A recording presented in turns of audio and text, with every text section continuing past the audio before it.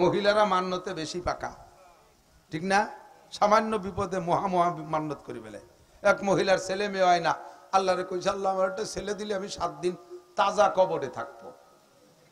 কত বড় সাহস! চিন্তা হচ্ছে, মরার পরে থাকবো কি রে, সেই জ্বালায় দমের নাড়ি বার হয়েছে উল্টো বাইস দিয়া, আর সে তাজা অবস্থায় জিন্দা কবরে থাকবে 7 দিন।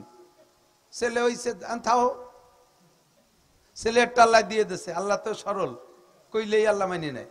দেশে ছেলে, এবার থাক মহিলা, না আজ না কাল, কাল না কত, দুধ ছাড়ানো পরে থাকবানি। দুধ ছাড়ানোর এখন যদি 7 দিন আবার কোন জায়গা কোন কুখানার মধ্যে যে পড়িয়ে মরে, তাহলে একটু আটা টাটা শেখ, স্কুলে যা শেখ, শেষে স্কুলে যাওয়ার পর এর মধ্যে দেশে মুসলমানের গাটা সারুক, তারপরে থাকবানি। এই অতি অতি প্রাইমারি ছাড়ি হাই স্কুলে চলে গেছে, সবে মাত্র হাই স্কুলে গেলে আর ছেলে মেয়ে নাই, ওটা রাইন্দে বান্ধে খাবে কিনা, তা বড় সড়ক। তারপরে এর মধ্যে বিয়ের সাথীর বয়স হয়ে গেছে, বিয়ে দেওয়ার জন্য মাইয়ে দেখতেছে। এই মাইয়ে দেখার ভিতর দিয়ে স্বপ্ন দেখতে যাই, তোর ছেলেরে বিয়ে দেওয়ার আগে তুই কিন্তু 7 দিন কবরে থাকবি, তাহলে কিন্তু তোর ছেলেও মরবে, বউও মরবে, তুইও মরবি। ফাইনাল মা ফারিবার যাবা কোন জায়গায়? এখন ছেলের কাছে, বাপ তোর জ্বালাইতে মান্যত করছিল, কি করা যায় কম?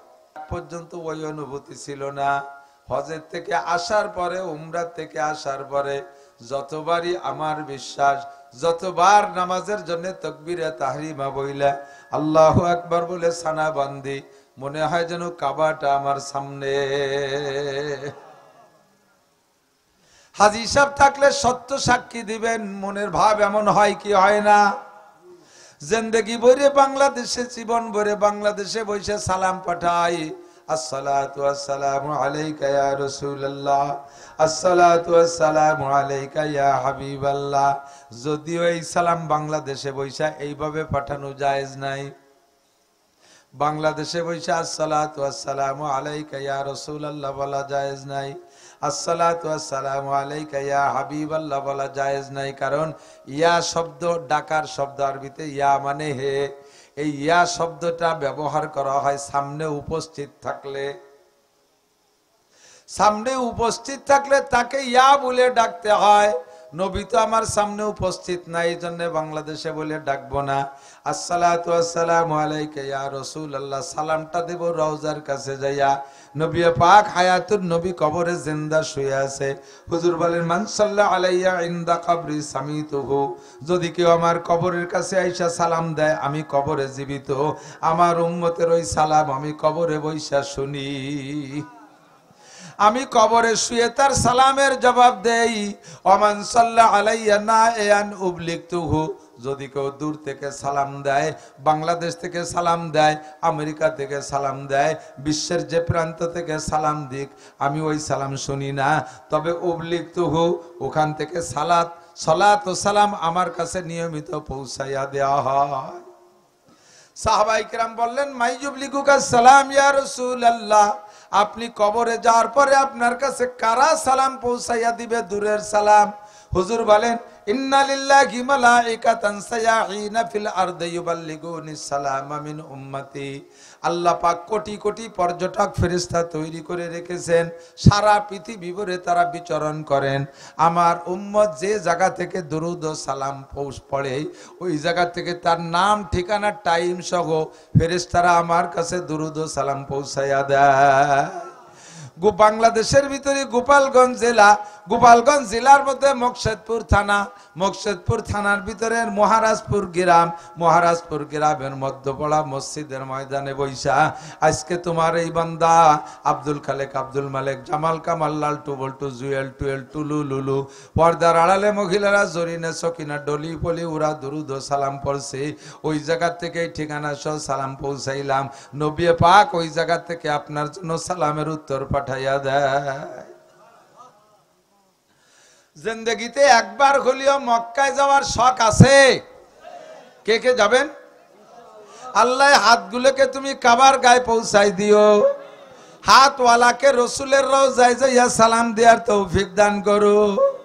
কাবার ভিতরে, হেরেমের ভিতরে যাইয়া 2টা হাত মাটিতে রাইখা সিজদা দেওয়ার তৌফিক দিও। আল্লাহ মসজিদে নববীতে যায় হাত রাইখা সিজদা দেওয়ার তৌফিক দান করো। সবাই বলেন আমিন। মোহাব্বত রাখবেন, জিন্দেগিতে একবার হলেও যাইতে পারবেন। ইব্রাহিম আলাইহিস সালাম কাবা নির্মাণ করে হুজুর বলে শেষ করতে পারে নাই। ইব্রাহিম আলাইহিস সালাতু ওয়াস সালাম কাবা নির্মাণ করার পরে কমপ্লিট হয়ে গেছে যখন, তখন আল্লাহ পাক বললেন ওয়া আযিন ফিন নাস বিল হজ্জি ইয়াতুকা রিজালান ওয়া আলা কুল্লি দামিরিন ইয়াতিনা মিন কুল্লি ফাজ্জিন আমিক। ও ইব্রাহিম খলিল আমার বন্ধু, কিয়ামত পর্যন্ত নামাজের জন্য আজান হবে, 5 ওয়াক্ত নামাজও ফরজ, হজও বান্দার জন্য ফরজ করা হবে। তবে নামাজের জন্য 5 ওয়াক্ত আজান হবে, আর যার যার মহল্লার মসজিদে যে সে আজান শুনে নামাজ পড়বে। হজের জন্য কোনো আজান হবে না, হজের আজানটা তুমি একবার দিয়ে দাও। ইব্রাহিম আলাইহিস সালাম হেরেমের পাশে, কাবার পাশে দাঁড়ায়, হেরেমের মধ্যে দাঁড়াইয়া হজের আজান দিয়েছিলেন। আমরা তখন দুনিয়ায় আসি নাই। ইব্রাহিম আলাইহিস সালাম বললেন, আল্লাহ আমার কাছে মাইক নাই, ইন্টারনেট নাই, আমার কাছে শব্দযন্ত্র নাই, আমার এই হজের আজান কত দূর যাবে? আল্লাহ পাক বললেন, আজান দিবা তুমি, পৌঁছে দেওয়ার দায়িত্ব আমার। এই আজান সারা পৃথিবীর প্রান্তে প্রান্তে যতদূর মানুষ আছে অতদূর পর্যন্ত এই আজান পৌঁছে যাবে। তৎকালীন দুনিয়ায় যারা বেঁচে ছিলেন সমস্ত মানুষের কানে ইব্রাহিম আলাইহিস সালামের হজের আজান পৌঁছে গিয়েছিল। শুধু দুনিয়ার মানুষ না, আমরা তখন ছিলাম রুহের জগতে। এখনো অনেক রুহের জগতে আসে না নাই? তারা দুনিয়ায় আসে নাই, কিয়ামতের আগ পর্যন্ত আসবে, কেউ তাদেরকে ঠেকাইতে পারবে? নবী পাক বলেন না, মা মিন নাসামাতিন কায়নাতিন ইল্লা ওয়া হিয়া কায়নাতুন। যত রূহকে আল্লাহ তাআলা গোডাউনে রেখেছেন, সমস্ত রূহকে দুনিয়ায় পাঠানোর সিদ্ধান্ত নিয়ে রেখেছেন আল্লাহ। যাদেরকে দুনিয়ায় পাঠানোর সিদ্ধান্ত নেছে আল্লাহ, তাদেরকে পাঠাই ছাড়বে। কোন প্রযুক্তিতে এই রূহগুলোকে দুনিয়ায় আসা থেকে ঠেকাইতে পারবে? আসতে কোন পারবে? কোন প্রযুক্তিতে পারবে না। কথা এসে গেলে বলে যা লাগে, হয়তো আপনার বাড়ি বরাদ্দ ছিল, আপনি নেন নাই, কোন তদবির তালাবি দিয়ে ইত্যাদি করে টরে যা যা করে আর কি, ইত্যাদি করে ঠেকাইছেন, আপনি দুটো নিয়ে থামিয়ে গেছেন, আর নেন নাই। বরাদ্দ ছিল আপনাকে বাড়ি, নেন নাই। আল্লাহকে তুমি নেও নাই বলে ও কয়টা যে সিটিয়ে ধানের মতো নষ্ট হয়ে গেছে তা না, ও জায়গা মতো চাউল সহ আছে, পাঠাবো আর এক জায়গা। তবে কপাল খারাপ তোর, তুই অসল্লি দুটো নিয়ে খুশি হয়ে থামিয়ে গেছিস, আসল দুটো নিলি না। যে দুটো কাজে লাগবে সেই দুটো নিস নেই। আপনাকে এই লাইনে রাস্তা বরাদ্দ আছে, স্থানীয় মস্তানরা বরাদ্দ করে ফাইনাল কমপ্লিট, আসবে মাল, আসবে আসা শুরু হয়ে গেছে। স্থানীয় মস্তানরা যাইয়ে কন্ট্রাক্টরে বাধা দিয়েছে, আমাদের 50,000 টাকা না দিলে কাজ করতে দেবো না। এই মস্তানকে দাবটে তারা রাস্তায় বাস বেঁধে তুইছে। কন্ট্রাক্টর কি করবে? যে জায়গা মতো জানাই দিছে, সঙ্গে সঙ্গে রুট পাল্টে গেছে, কয়তো ওপাড়া হবে না, রাস্তা বরাদ্দ হয়েছে হবেই, তবে মহারাজপুর হবে না, অতি অতি যাইয়া ওই মাসকান্দি যাইয়া হবে। রাস্তা যেটা বরাদ্দ সেটা হবেই হবে। তোমরা নেও নাই, আর এক গ্রামে চলে গেছে, হয় না? এরকম হয় না? কথা হয় না? তোমার বাড়ি বরাদ্দ ছিল, রুহু 4টে ছেলে তোমার বাড়ি বরাদ্দ ছিল, তুমি দুটিয়ে নিয়ে ব্রেক করে দিয়েছো, রাস্তায় বাস বাঁধিয়ে দিয়েছো। আল্লাহ কয় আর দুটি দেবো না, তা না দেবো, ও দুটিরে পাঠাই দেবো অন্য জায়গা। একটা চলে যাবে গোপের ডাঙ্গা, আর একটা চলে যাবে চরমোনাই। তুমি যে দুটি পাইয়া খুশি, যে দুটি পাইয়া বাস বাঁধিয়ে দিয়েছো আর নিবা না, সে দুটি বড় হলি কি হবে তাকে তুমি জানো? কি হবে? বড় হলি একটা এরশাদ শিকদার আর একটা কানা জাহাঙ্গীর, যে দুটি বাড়ি পাইছো আপাতত। আর যে দুটি বাড়ি আসলে এলাকা আলোকিত হয়ে যেত, একটার নাম শামসুল হক আর একটার নাম ফজলুল করিম, সেই দুটি তুমি নেও নাই, আসল দুটি নেও নাই। কথা কর না কে? তো সব রুহু আল্লাহর গোডাউনে আছে, যে কয়টা আল্লাহ দেয়া মঞ্জুর করে নিতে থাকেন, নিতে থাকেন। খাওয়াবে কে? পড়াবে কে? রুজির মালিক কে? এসে গেলে কয়ে যাই, না করলে আর কবে কবে। মুরব্বীরা যারা আছেন বাংলাদেশে, স্বাধীনতা যুদ্ধের সময় ছিলেন, এখনো বেঁচে আছেন, মুরব্বীরা সাক্ষী দেন। বঙ্গবন্ধুর আদর্শে আপনারা যারা মুক্তিযুদ্ধ করে বাংলাদেশ স্বাধীন করলেন, তখন জনসংখ্যা ছিল 7.5 কোটি, ঠিক না? আমি সে সময় খুবই ছোট, একেবারে আইনে যুদ্ধ আমার মনেই নাই। যুদ্ধের 2-4 বছর পরের যতটুক মনে আছে, বাংলাদেশের অভাব ভালো করে মনে আছে, চরম অভাব, যুদ্ধ বিধ্বস্ত দেশের যে অভাব, আপনারা মুরব্বীরা তো 100 মনে আছে। না খাওয়ার কষ্ট আমি যতটুক দেখেছি। রাশিয়ান ছাতু মনে আছে নাকি? সিমেন্টের বস্তার মতো কাগজের হলুদ বস্তায় আসতো। এই রাশিয়ান ছাতু রুটি বানাইয়া কাঁচা মাখায় সেনিকে খাওয়া যেত। তারপরে ঘাসের ভাত, চীনের চাউলের ভাত, কত প্রকার অভাব ছিল। এদিক লোক বেশি হয়ে গেছে, এদিক কম হয়ে গেছে। এদিক তাকান, আপনারা তো বিল অঞ্চল, এদিক তো নৌকো খুব ছিল একসময়। নৌকো বাইতে গেলে নৌকোর এক পাশে নিচে হয়ে গেলে আর এক পাশে উঁচু হয়ে গেলে বাইয়ে জুত পাওয়া যায় না। ফের বাঙ্গায় বসিয়ে না একটু এদিক টান দেবেন, নাকি ওই দিক লোক বেশি হয়ে গেছে। যারা একটু বামে বামে চাপিয়ে বসবেন তারা, বামে বামে চেপে বসবেন তারা একরামের নিয়তে সরে বসার কারণে 10 বছরে থেকে সব পাবেন। জায়গায় বসে 10 বছরে থেকে সব, খালি মাথা ডুললি হবে না, ফাঁসা সহ সত্যি হবে। এর আইলিও জুল দিচ্ছে, অথচ ফাঁসা সরে না, ওরম হবে না, সব সহ একটু সরে বসেন। আসেন, আল্লাহ একবার, গায়ে গায়ে মিশে বসেন। আল্লাহ, কথা সরে চলে যাচ্ছে, এদিকে আসেন, তাড়াতাড়ি শেষ করি। তো সেই অভাব আমরা দেখেছি, ঠিক না? চরম অভাব।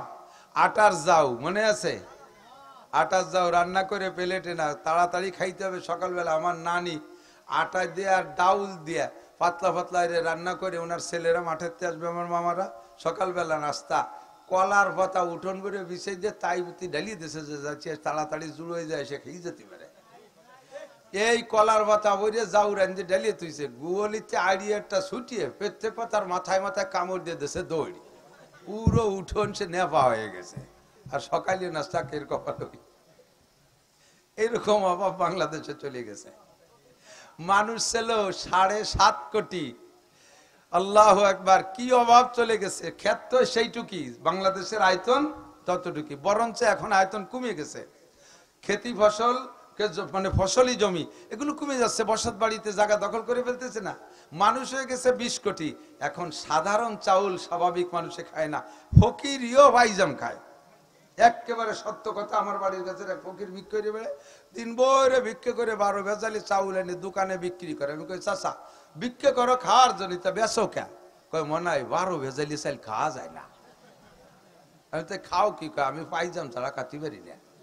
চিনতে হতে পারেন, সে সময় বড় লোকরা আটা চাও খাইছে, আর এখন ফকিরিও পাইজাম ছাড়া খায়, গরুতিও ভান্তাবাদ খাতে চায় না, ঠিক না? তাহলে এখন এই 20 কোটি মানুষ পাইজাম খায়, 29 খায়, 28 খায়। তারপরে কত বড় দাম, কত দামি দামি খায়। পাকিস্তানি বাসমতি চিকুন 350, 400, 500, 600 টাকা চাউলের কেজি খাচ্ছে। 20 কোটি মানুষ খাওয়ায় কে? আল্লাহই খাওয়ায়, ঠিক না? কাজেই আমি সন্তান বন্ধ করে এত বরকত দেয়াতে যাব কেন? আমার বাড়ি যে সন্তানগুলো বরাদ্দ ছিল তারা আসুক, বলে যাই ভালো। মানুষের দাম বেশি না গরুর দাম বেশি? কথা কয় না। 1 কোটি গরু একটা মানুষের সমান হবে? হ্যাঁ, আমাকে এমপি মহোদয় ফারুক খান সাহেব, এ সারা বাংলাদেশের সব গরুরে বেশি কি উনার 1 মিনিটই সমান দাম হবে? হ্যাঁ, গরু যত বড় হোক, 22 লাখ টাকা কুরবানির হাটে, গাবতলির হাটে বিক্রি হয়, তো 10 তারিখ জিলহজ মাসের 10 তারিখ পর্যন্ত হায়াত শেষ। গরু যত বড় হোক, যত সুদর্শন আইডি হোক, আপনার মাইয়ে বিয়ে দেবেন তার সাথে? আপনার বালের গাইডা যত সুন্দর হোক, ভালো মাইয়ে পাচ্ছেন না, গাইডারে বিয়ে করবে কেউ? গরুর যত বুদ্ধি হোক, তারে কি উপজেলা চেয়ারম্যান বানাবেন কেউ? বানাবে নাকি? কোন প্রাণী যত বুদ্ধিমান হোক, জ্ঞানী হোক আর সুদর্শন হোক, এমপি বানাবো না, মন্ত্রী বানাবো না, জজ বানাবো না, ম্যাজিস্ট্রেট বানাবো না, কোন জায়গায় তাকে কাজে লাগে না। তাকে হায়াত ছুরির তল পর্যন্ত শেষ, ঠিক না? আপনার অনাকাঙ্ক্ষিত সন্তান, যেই সন্তানটা গর্ভে আসার পরও পর্যাপ্ত ট্রিটমেন্ট নেছেন যে নেব না বাচ্চা, এটা নেব না, এই অনাকাঙ্ক্ষিত সন্তান জন্মের পরে দেখেন যে কাউসার মতো কালা, বুসা, নাক ফেটা, রকশক কিচ্ছু নাই, আরো তা মাইয়ে, তাহলে কিরম ঠায় সে সময় কাম দিদি? আল্লাহ মাইয়ে ডারে বানাইছে আলাইসা জাকারু কাল উনসা। যদিও কালা, নাক ফেটা, দেখতে ভালো না, কিন্তু এমন একটা মাইয়ে ওইখান স্কুলে যাওয়ার পরে, মাদ্রাসায় যাওয়ার পরে থেকে জুয়েল একবার শুনলেই তা মুখস্থ থাকে। ধীরে ধীরে পড়তে পড়তে ওইটা বিসিএস ক্যাডার হয়ে গেছে। বাংলাদেশে বিসিএস নাম্বার 1, যদিও কালো কাউসার মতো চেহারা, প্রথম কাতারে জজ হয়ে গেছে। 1 কোটি, হাজার হাজার কোটি গরুর চাইতে আপনার এই কালামে এটার দাম বেশি না কম? ঠিক না? তো গরুর বাচ্চা দেয় গাভীতে, গাভীটা কেনেন আপনি দেখে শুনিয়ে হাটে যায় যে যেই গাভীতে বছর বিয়ে নিয়ে, তার আগে বাচ্চা দিলে আরো ভালো, 6 মাসে যদি হয় তাহলে আরো ভালো, ঠিক না? যে গরু সারা দুনিয়ার গরু বেচলে একটা মানুষের সমান দাম হয় না, সেই গরুর বাচ্চা জন্ম দেয় যেই গাইতে, সেই গাইটা কেনেন বছর বিয়ে দেখে। আর মানুষ জন্ম দেয় যেই গাইতে, যেই তার আমাদের মাতৃজাতি, সেই মহিলাটা কিনবেন আপনি দেহে শুনে যে বংশে ছেলে মেয়ে কম, একটা অথবা 1.5টা অথবা 2টিয়া। আপনার মতো নির্বোধ হতে পারে না, কথা এসে গেল তাই কয়ে দিয়ে গেলাম। আল্লাহ পাক হেফাজত করুক, আমাদেরকে বেশি সন্তানের মা বাবা হওয়ার তৌফিক দান করে, বলেন আমিন। নবী পাক নিজেই বলেন, তাজাওয়াজুল ওয়াদুদ আল বলুদ ফাইন্নি মুকাসিরুম বিকুমুল উমাম, যে বংশের মায়েরা বেশি সন্তান দেয় সেই বংশে বিয়ে করবা। তোমার শাওড়ির 1 কুড়ি, তোমার 1 ডজন লিও হবে। হ্যাঁ, অত অলিবারা খাতি দেবো কোন যাইতে? খাওয়ানোর দায়িত্ব তোমার কাছে। রুজির মালিক কে? জোর হলো না কে? এদেশের কেউ শান্তি দিতে পারে না, কেউ খাইতে দিতে পারে না। খাওয়ায় আল্লাহ, রুজি দেয় আল্লাহ, সর্বময় ক্ষমতার মালিক আমার। এক বাপের 1 ছেলে 15 বিঘে জমি তুই মরছে, বাপ মরার 3 বছর হইতে সব বেঁচে কিনে তুই ভিটে ছাড়া হইয়া রাস্তার পাশে সাবলার তলে থাকে, প্রমাণ আছে না নাই? আর বাপে কিছু দিয়ে যায় না, 10টা ছেলে মেয়ে ভ্যান চালায়, খাওয়াই দেয়, কোনো মতে একটু ডাঙ্গর বানায় থুয়ে চলে গেছে। মরার পরে টপ টপ করে লেখাপড়া শিখে সেগুলো বড় হইয়া একটা ডাক্তার, একটা ইঞ্জিনিয়ার, একটা ওসি, একটা ডিসি, একটা টিওনো, মেয়েগুলো ডাক্তার ইঞ্জিনিয়ার হয়ে গেছে, এরকমও প্রমাণ আছে না নাই? তাহলে তোমার অর্থ বিত্ত সম্পত্তিতে এতে মানুষ বানাইতে পারে না, এতে খাওয়াইতে পারে না। খাওয়ায় আল্লাহ, পড়ায় আল্লাহ, বাঁচায় আল্লাহ, মারে আল্লাহ, সম্পদের মালিক আল্লাহ। তো আল্লাহ তাআলা সমস্ত রূহকে রুহের জগতে জমা করে রাখছে। যে কথা বলতে যে সরে চলে আসছি, সমস্ত রূহ আমরা ওই জায়গায় ছিলাম।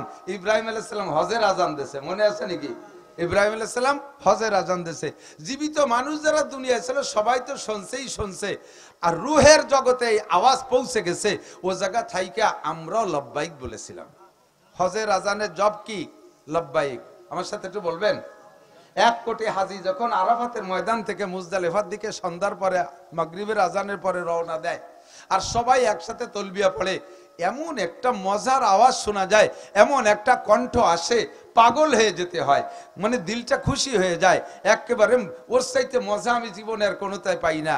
একসাথে যখন পড়ে লব্বাইক আল্লাহুম্মা লব্বাইক, পড়েন লব্বাইক আল্লাহুম্মা লব্বাইক, লব্বাইক লা শারীকা লাক লব্বাইক, ইন্নাল হামদা ওয়ান নি'মাতা লাকা ওয়াল মুলক লা শারীকা লাক। আমার সাথে আরেকবার বলেন, লব্বাইক আল্লাহুম্মা লব্বাইক,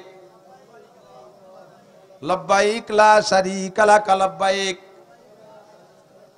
ইন্নাল হামদা ওয়ান নি'মাতা লাকা ওয়াল মুলক লা শারীকা লাক। এটা হলো হজের তালবিয়া। আমরা সবাই রুহের জগতে আওয়াজটা শুনে এই তালবিয়া পড়েছিলাম, তো সবাই পড়ে নাই। মুফাসসিরিনে কিরাম লেখে, এই আওয়াজ ওই জায়গা পৌঁছানোর পরে যারা লব্বাইক বলেছিল, যারা ওখানে লব্বাইক বলেছিল, দুনিয়ায় আসার পরে তারা যত গরিব হোক, বিশ্বের যত কাবাঘর থেকে যত দূরে হোক, যত গরিব হোক, যদি ও জায়গা লব্বাইক বলে থাকে, তাহলে দুনিয়ায় আসার পরে সে একবার না একবার হজ হোক আর উমরা হোক, এর জন্য মক্কায় যাইতেই পারবে, কোনো সমস্যা নেই। আল্লাহ তাআলা তাকে নিয়েই ছাড়বে, যে কোনো পদ্ধতিতে নেবে। আপনাদের এই মোকশেদপুরের সন্তান কোন গ্রাম তা আমার জানা নাই, রেস্টায় আমাকে দাদা হতো। আমাদের সুলতান শাহী স্কুলে, সুলতান শাহী হাই স্কুলে উনি মাস্টারি করতেন। আমার বাপ চাচাদের ফুফা হইতো, কোন দিক দিয়ে তা আমার ভালো করে জানা নেই, অনেক আগের কথা। রিটায়ার্ডের পরে উনি পাগল হয়ে গেলেন। তো আমি সে সময় মৌলানা হয়ে গেছি, দেখা হইলে বলতো, নাসির দোয়া করিস হজে যাব। বিলকুল পাগল, একেবারে পাগলই হয়ে গেছে, নাসির দোয়া করিস হজে যাব। আমরা তামাশা মনে করতাম যে হজের পাগল আগের থেকে ছিল, এখন পাগল হয়ে গেছে তাই হজের পাগলামি করে।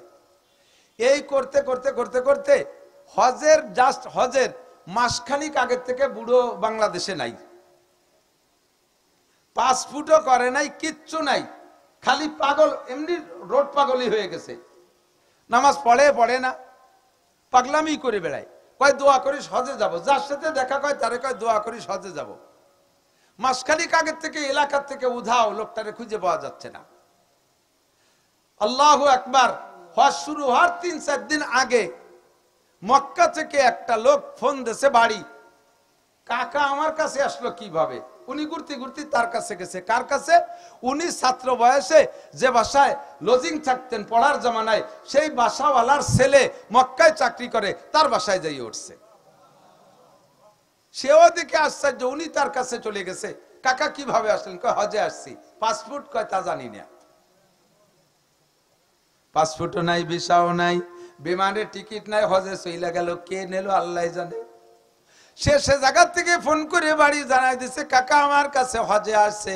এবার হজের জন্য সাথীদের সাথে হজে চলে গেছে। হজ শেষ করার পরে সেও আর তারে খুঁজে পায় না, আর বাংলাদেশে আসে নাই। কোথা থেকে কোথায় চলে গেছে। আল্লাহর আশেক, আল্লাহর পাগল, রহে মেরা মস্কান হওয়ালিয়ে কাবা, বনে মেরা মদফন দিয়ারে মদিনা, ওহা জলওয়া ফরমা হায়াতুন নবী হায়, ওহি জায়রিনে মাজারে মদিনা। জিন্দেগিতে একটা বার হলে যেন আল্লাহ পাক আমাদেরকে হজ নসিব করে, বলে না আমিন। আমার বিশ্বাস 6 বার আমি তো বলেই ফেলাইছি লব্বাইক, 6 বার বলেই ফেলাইছি আলহামদুলিল্লাহ। 28 তারিখে আসছি, ছোট 2 ছেলেকে নিয়ে গেছিলাম রোজার পরে। আমার বয়ানে শুনেছেন, আমার ছেলেরা হাফেজ হলে আমি উমরা পুরস্কার দেই। তো বড় দুটো আগে 19 সালে করাইছি, বড় দুইটার আবার দ্বিতীয়টা সে গত আগের রমজানে একা করে আসছে। ও বলতেছে, আব্বু আমার একটু মক্কায় যাইতে মনে চাচ্ছে, একটু মদিনা যাইতে মনে চাচ্ছে। একা একাই চলে গেছে, টাকা দিয়ে পাঠাই দিছি। আর একেবারে ছোট দুটো এবার হাফেজ শেষ হয়েছে, ওই দুইটাকে এবার নিয়ে নিজের সাথে করে ঘুরে নিয়েছি। মোট দিয়ে 6 বার গেছি। ভিতরে জ্বালা উঠে গেছে, এখন মনে চাইতেছে না বাংলাদেশে থাকতে। ঘুম শরীফে নামাজ পড়তেছি, ঘুমাইলেই স্বপ্নে দেখি মসজিদে নববীর জামাতে নামাজ পড়তেছি, ঘুমাইলেই স্বপ্নে দেখি যে জাহাজে যাইতেছি, ঘুমাইলে স্বপ্নে দেখি বিমানে যাইতেছি। ভিতরে জ্বালা এসে গেছে। ও দোস্ত, ভিতরে জ্বালা তৈরি করেন। মুসলমানের সন্তান হইয়া 12-34 উড়াকান্দি যান, ঠাউর বাড়ি হিন্দুকের সাথে। এরকম কিছু আল্লাহ আল্লাহ লোক আছে না? আল্লাহ আল্লাহ বুজুর্গ বেজিরগু উড়াকান্দি যা মুসলমান আছে না নাই? কতক্ষণ আছে না নাই? পাসপোর্ট ভিসা করছে, ইন্ডিয়া যাবে ভ্রমণ করতে, আছে না নাই? পাসপোর্ট ভিসা করছে, সিঙ্গাপুর যাবে দেখতে, আছে না নাই? পাসপোর্ট ভিসা করছে, লন্ডন যাবে, আছে না নাই? তার পাসপোর্ট ভিসার ভিতরে, তার বিদেশ সফর সূচির ভিতরে মক্কা মদিনা নাই। কপাল পোড়া মুসলমান। জিন্দেগিতে সিদ্ধান্ত নেন। আমার সাথে এইবার যে উমরা করে আসছে, এই সে রূপসার ঘাটে কুলি, রূপসার ঘাটের কুলি, ও জায়গার থেকে তার কাছে ফোন গেছে, মক্কায় থাকা অবস্থায় ফোন গেছে ওখান থেকে, তুমি কোথায় মাল আসছে? তো বলতেছে, আমি এই তারিখে আসবো, এর পরের থেকে আমার জন্য মাল রাখেন। লোকটা ওই জায়গা কুলি, উমরাতে আইসেও কুলিগিরি করবে। জীবনের শুরু থেকে দৈনন্দিন ইনকামের থেকে কিছু পয়সা ডানি রাখে, আলাদা করে রাখে। যখন টাকার পরিমাণ হয়েছে 2 লাখ, 1,45,000 টাকা ট্রাভেলসে দিয়ে, বাকি 65,000 টাকা, 55,000 টাকা নগদ টাকা নিয়ে এই লোকটা আমাদের সাথে এবার উমরা করে আসছে। কিছু জানে না, আলিফ বা তাসা কিছু জানে না। শুনলে হাসবেন, এই ঘটনা আমার সামনে পিছিয়ে যায়। উমরা করতে তো একসাথেই গেছি, আমরা একটু আগে চলে আসছি, উনরা বুড়ো কজন পিছিয়ে পড়ছে। আইসে আমার কয়, হুজুর তওয়াব করার পরে পরে সাফা মারি চলে আসি, তওয়াব করার পরে সাফা মারি চলে আসি। আমি কি করে? বাংলাদেশে সাফা মারো, এই জায়গায় সাফা মারছো? কিরম সাফা মারলেন? কয় যে এই পাহাড়ের থেকে ওই পাহাড়ে 7 বার গেছে, এর সাফা মারা কয় না, সফা মারোয়া। সফা মারোয়ারে উনি চাপা মারি চলে গেছে। হাসতে হাসতে রুমির সবাই গড়ে যায়। এই হলো পাবলিক। তারপরও সে আল্লাহর মহব্বতে, রসুলের মহব্বতে মক্কা মদিনা গেছে। যাবেন না ইনশাআল্লাহ? জীবন বীমা অন্য লাইনে করতেছেন, জীবন বীমা একটু হজ উমরার নিয়তে করেন। আসেন ইনশাআল্লাহ, যাবেন, ভালো লোকদের সাথে যাবেন, সব জায়গা দেখতে পারবেন। আল্লাহর রহমতে আল্লাহ তাআলা আমাদের সকলকে লব্বাইক বলেছিলাম রুহের জগতে এই প্রমাণ করার তৌফিক দান করে, বলেন আমিন। নবী আলাইহিস সালাতু ওয়াস সালামের সামনে বৈশা সাহাবায়ে কিরাম সালাম দিতেন, আসসালাতু ওয়াসসালামু আলাইকা ইয়া রাসূলুল্লাহ, আসসালাতু ওয়াসসালামু আলাইকা ইয়া হাবিবাল্লাহ। নবী পাককে সরাসরি দেখেছে, আমরা দেখি নাই, ঠিক না? আমরা দেখি নাই। তাহলে আমরা যে দেখি নাই, কেন দেখি নাই? নবীর জামানায় জন্ম নেই নাই, তাই তো দেখি নাই। তাহলে নবীর জামানায় জন্ম নেই নেই, এটা কি আমাদের ইচ্ছার উপরে? আল্লাহ আমাদের পিছে ফেলাই দিছে না? তাহলে আল্লাহই তো আমাকে হাতে ধরে ঠকাইছে। এবার আল্লাহকে কিয়ামতের ময়দানে অ্যাটাক করবো, আল্লাহ তো এড়াই যেতে পারবে না। তুমি আল্লাহ ধরিয়ে বান্ধে আমাদেরকে রসুলের জামানায় যদি না পাঠাইয়া এতবারে 1400 বছর পরে তাও পাঠাইছো বাংলাদেশে, কে একটু সৌদি আরবে পাঠাইতিয়া? তুমি যদি আমাদেরকে রসুলের জামানায় পাঠাইতে তাহলে আবু বকর, ওমর, উসমান, আলী, তলহা, জুবাইর, বিলাল, আম্মার, সুহাইব এগুলো আমরাও হইতাম। আল্লাহর কাছে জবাব আছে। দোস্ত, তুমি রসুলের জামানায় হইয়া জন্ম নিলে আবু বকর হইতে না আবু জাহেল হইতে, তার ঠিক কি? রসুলের জামানায় কি সব আবু বকর না আবু জাহেল ছিল? রসুলের জামানায় হয়ে তুমি ওমর হইতে না তুমি উতবা হইতে, তার ঠিক কি? রসুলের জামানায় হয়ে তুমি উসমান হইতে না সাইবা হইতে, তার ঠিক কি? রসুলের জামানায় হয়ে তুমি আলী হইতে না তুমি আবুল আহাব হইতে, তার ঠিক কি? তোমারে পিছে ফেলায় ঠগাই নাই। ও বান্দা, আমার রসুলের সামনে বইছে যারা কলেমা লা ইলাহা ইল্লাল্লাহ পড়া কলেমা পড়ে মুসলমান হয়েছে, তাদের ইমানের যে দাম 1400 বছর পরে আইসা বাংলাদেশে জন্ম নিয়া তোমার কপাল খুলছে। তুমি আব্দুর রহিমের সন্তান, তুমি রহিমা খাতুনের সন্তান। জন্মের পরে তুমি মূর্তি পূজা দেখো নাই, তোমার আব্বা মা মূর্তি পূজা করে না, দাদা দাদি মূর্তি পূজা করে না। আরে তুমি মুসলমানের ঘরে জন্ম নিয়েছো, কলেমা পড়া তোমার জন্য সহজ হয়েছে। তুমি যদি হিন্দু বুদ্ধ খ্রিস্টানের ঘরে জন্ম নিতে, কলেমা পড়া তোমার জন্য কঠিন হইতো। কথা বলুন ঠিক ঠিক না? কাজেই তোমারে আমি ঠগাই নাই, তোমারে জিতেইছি। 1500 বছর পরে মুসলমানের ঘরে জন্ম দিয়েছি। ও বান্দা, তোমার কলেমার দাম আমার কাছে অত্যন্ত বেশি। আরে আমার নবীর সামনে বৈশা সাহাবায়ে কেরাম যারা কলেমা পড়ে মুসলমান হয়েছে, তাদের ইমানের চাইতে তোমাদের ইমানের দাম আমার কাছে 100 গুণ বেশি। তোমারে পিছিয়ে ফেলে আমি ঠগাই নেই, ব্যবস্থা তোমার জন্য আছে, ঠিক না? প্রথম কাতারে বইছে যারা খাইতে, তারা তো ওভারলোড, খাইও পারে না, প্লেটের পর গোস্ত থিয়ে চলে গেছে। শেষ বৈঠক পর্যন্ত কি ওই পরিমাণ গোস্ত খায়? মনটা খারাপ যে আগ বৈঠকে কেন বসতে পারলাম না, পিছিয়ে পড়ার কারণে গোস্ত বেশি পেলাম না। মালিকই কানে কানে এসে কয় যে ভয় নাই, চিনতে ওরা লাগবে না, ওকে দই দেই নে, তোদের জন্য দই আছে। এক কায়দায় পোষাই দেওয়ার ব্যবস্থা বাড়িওয়ালার কাছে আছে, তাই দিয়ে তারা পোষায় দেয়, ঠিক না? মালিক বাড়িওয়ালা আমাদেরকে পোষায় দিয়েছেন, 1500 বছর পরে আমাদেরকে ঠগাই নাই। আমাদের কলেমার দাম এরকম বেশি। নবী পাক সাল্লাল্লাহু আলাইহি ওয়াসাল্লামকে আল্লাহ পাক রব্বুল আলামিন এই জাতীয় সুসংবাদ দেওয়ার জন্য পাঠিয়েছেন। হুজুর বলেন, আল্লাহ পাক বলেন, ইয়া আইয়ুহান নাবিয়্যু ইন্না আরসালনাকা শাহিদাও ওয়া মুবাশশিরা ওয়া নাযীরা। হে নবী, তোমারে পাঠাইছি উম্মতের জন্য সত্য সাক্ষী দেওয়ার জন্য, উম্মতের পক্ষে বিপক্ষে সত্য সাক্ষ্য দিবা, এর জন্য তোমারে পাঠাইছি। উম্মতের পক্ষে তুমি হাসরের মাঠে যা বলবা আমি সেই অনুযায়ী বিচার করব। নবী পাককে উকিল হিসেবে আল্লাহ তাআলা ব্যবহার, আমরা আমার দিক তাকান, নবী পাককে আল্লাহ তাআলা উকিল হিসেবে ব্যবহার করবেন। নবী যার পক্ষে যেমন বলবেন আল্লাহ পাক বিচার তেমন করবেন। আল্লাহ পাক কি আমাদের সবকিছু দেখে কি দেখে না? দেখে না? আল্লাহর কি কোনো উকিল লাগে? আরে ভাই, আমাদের কোর্টের বিচারপতি বিচার করেন, উনি তো ফিল্ডে ছিলেন না, এই জন্যই বাস্তবটা বলার জন্য আমাদের উকিল লাগে, ঠিক কি না? মারামারি যে জায়গা হয়েছে ও জায়গা বিচারক ছিলেন না, এই জন্য বাস্তবটা বুঝোই বলার জন্য উকিল লাগে। আর আমার আল্লাহ তো সব জায়গায় হাজির ও নাজির। কে কোন জায়গায় আগান বাগানে বসে গাঁজা খাও, গাঁজা খাওয়ালারা পলিথিন মুড়ি দিয়ে খালি তো আল্লাহ গাঁজা দেয় না, পাট বাগানে খাইলে তো মোটেই দেখে না। দেখে দেখে সুন্দরবনে করমজল জঙ্গলের মধ্যে যে আকাম করলে আল্লাহ দেখে না? দেখে। সব জায়গায় আল্লাহ আছে না নাই? হাজির নাজির কে? একই টাইমে সব জায়গায় উপস্থিত থাকার ক্ষমতা কার? একই টাইমে সবকিছু দেখার ক্ষমতা কার? নবী পাক সব জায়গায় এক টাইমে উপস্থিত হতে পারে? জোরে বলেন পারে? একটু বলতে হবে না, জোরে বলেন পারে? নবী পারে। একই টাইমে সব জায়গায় নবী উপস্থিত হতে পারে না। যদি নবী সম্পর্কে কেউ আকীদা রাখেন আল্লাহ যেমন সব জায়গায় হাজির ও নাজির, নবীও এরকম সব জায়গায় হাজির ও নাজির, তাহলে আল্লাহর গুণের সাথে নবীকে আপনি শরীক করে ফেলাইছেন। আপনি বেশি ভালোবাসতে যে আপনি মুশরিক হয়ে গেছেন।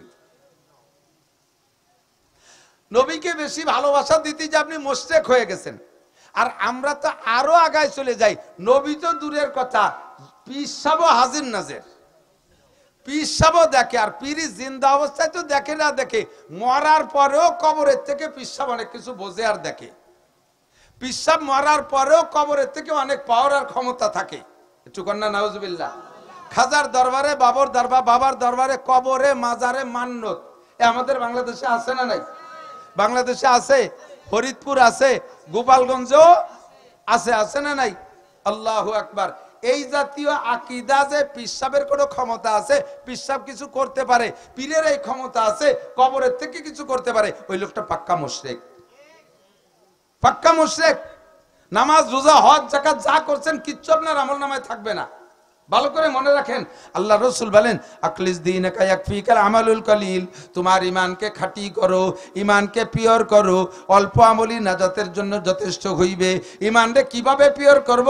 আল্লাহ কয় লা তুশরিক বিল্লাহ ইন্নাশ শিরকা লা যুলমুন আযীম, আল্লাহর সাথে কেউরে শরীক করবা না, আল্লাহর অস্তিত্বের সাথে শরীক করবা না, আল্লাহর গুণের সাথে শরীক করবা না। আল্লাহর সাথে যেমন আল্লাহর দ্বিতীয় আল্লাহ নাই, আল্লাহর সাথে আল্লাহর স্ত্রী নাই, আল্লাহর সাথে আল্লাহর সন্তানাদি নাই। আল্লাহ লাম ইয়ালিদ ওয়ালাম ইউলাদ, আমার আল্লাহ জন্ম নেয় না, জন্ম দেয় না। কুল হু আল্লাহু আহাদ, আমার আল্লাহ এক ও একক। আল্লাহুস সামাদ, আমার আল্লাহ দুর্বল না, আমার আল্লাহ কারো কাছে ঠেকানা। আল্লাহ কারো কাছে ঠেকা? আরে তোমরা যারা পূজা পাঠ করো সে তোমাদের কাছেই ঠেকা। বছরের শেষে যাইয়ে তোমরা যারা পূজা করো তার রং উঠিয়ে যায়, এরপরে মিস্ত্রি এনে রং দেওয়া লাগে না, এনে রিজির ভাষার রং নিজেই দিতে দিছে বেটা, ঠিক না? বছরের শেষ হতে হতে হাত পাও দুর্বল হয়ে যায়, কাইতে পড়ে যায়, বাঁশ বাঁধায় ঠেলে রাখা লাগে, ভাষার ভিতরে দেখেন ডুই দিয়া লাগে। আমার আল্লাহ সারা জীবনেও কোনোদিন দুর্বল হয় না, আল্লাহরে পেলা বাঁধায় ঠেলে রাখা লাগে। আল্লাহুস সামাদ, ঠিক কি ঠিক না? লাম ইয়ালিদ ওয়া লাম ইউলাদ, তাই তো? এভাবে আল্লাহর সাথে কেউ কোনো জাতকে শিরিক করা যাবে না। দুই নম্বরে আল্লাহর গুণের সাথেও না।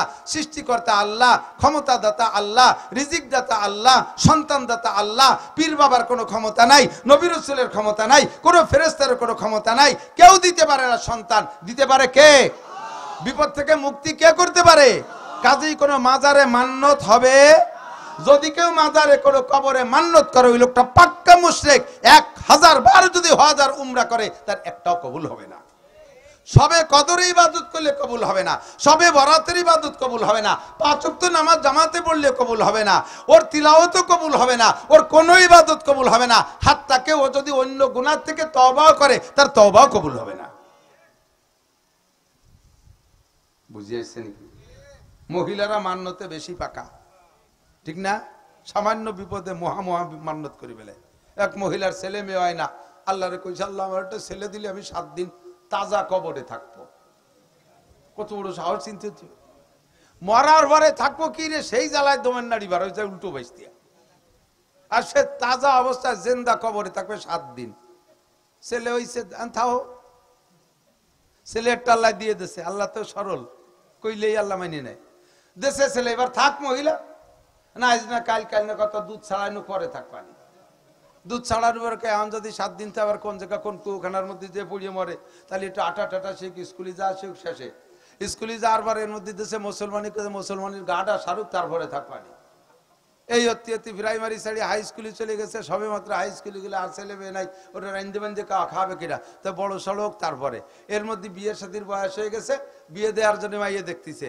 এই মাইয়ে দেখার ভিতর দিয়ে স্বপ্ন দেখতে যাই, তোর ছেলেরে বিয়ে দেওয়ার আগে তুই কিন্তু 7 দিন কবরে থাকবি, তাহলে কিন্তু তোর ছেলেও মরবে, বউও মরবে, তুইও মরবি।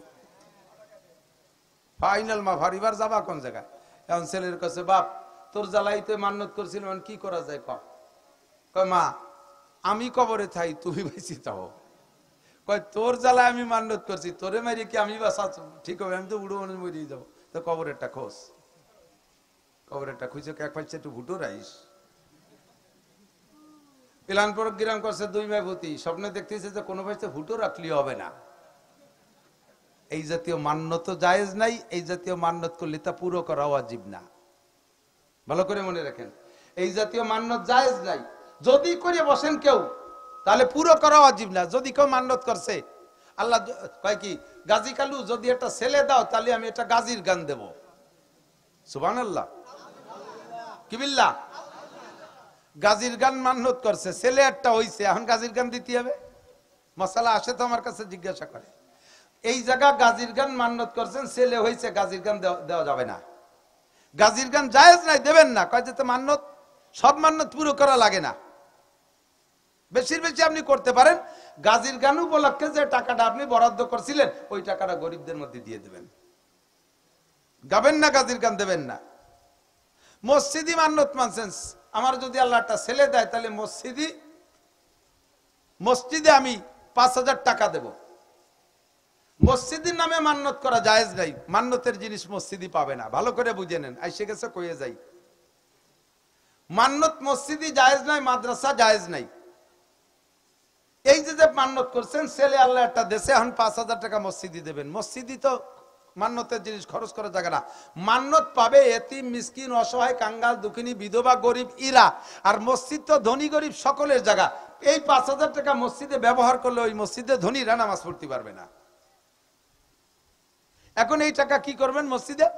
এই টাকা মসজিদে দেওয়া যাবে না, এই টাকা মসজিদ মহল্লার গরিব গুরাবাদের ভিতরে দিয়ে দিলে আপনার মান্নত হয়ে যাবে। সেদিনকে আমার মক্কা থেকে একজনে ফোন দিয়েছে, কয় হুজুর আমাকে মক্কাই থাকে এক বাঙালি, সে মান্নত করছে আল্লাহ যদি তার একটা ছেলে দেয় তারে কাবা ঘরে সোনার চান দেবে। ছেলে তো আল্লাহ তার একটা দেশে, চানও একটা বানায়নি, আমার কাছে জমা দিয়েছে। তা কি করবো?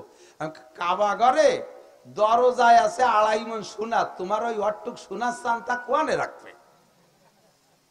তাই হুজুর কি এরা যাই খন দিতে? আমি তো কোনো গরিব গুরাবারে দিয়ে খাইবে না, কোনো গরিব গুরাবাকে দে, সে বেঁচে খাইবে না।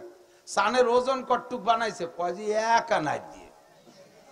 কোথায় কাবা ঘরের দরজা 2.5 মণ সোনা, 1 আনা সোনা মানিয়ে তুইছে, হিসেব নিকেশ করে মানতে হয়।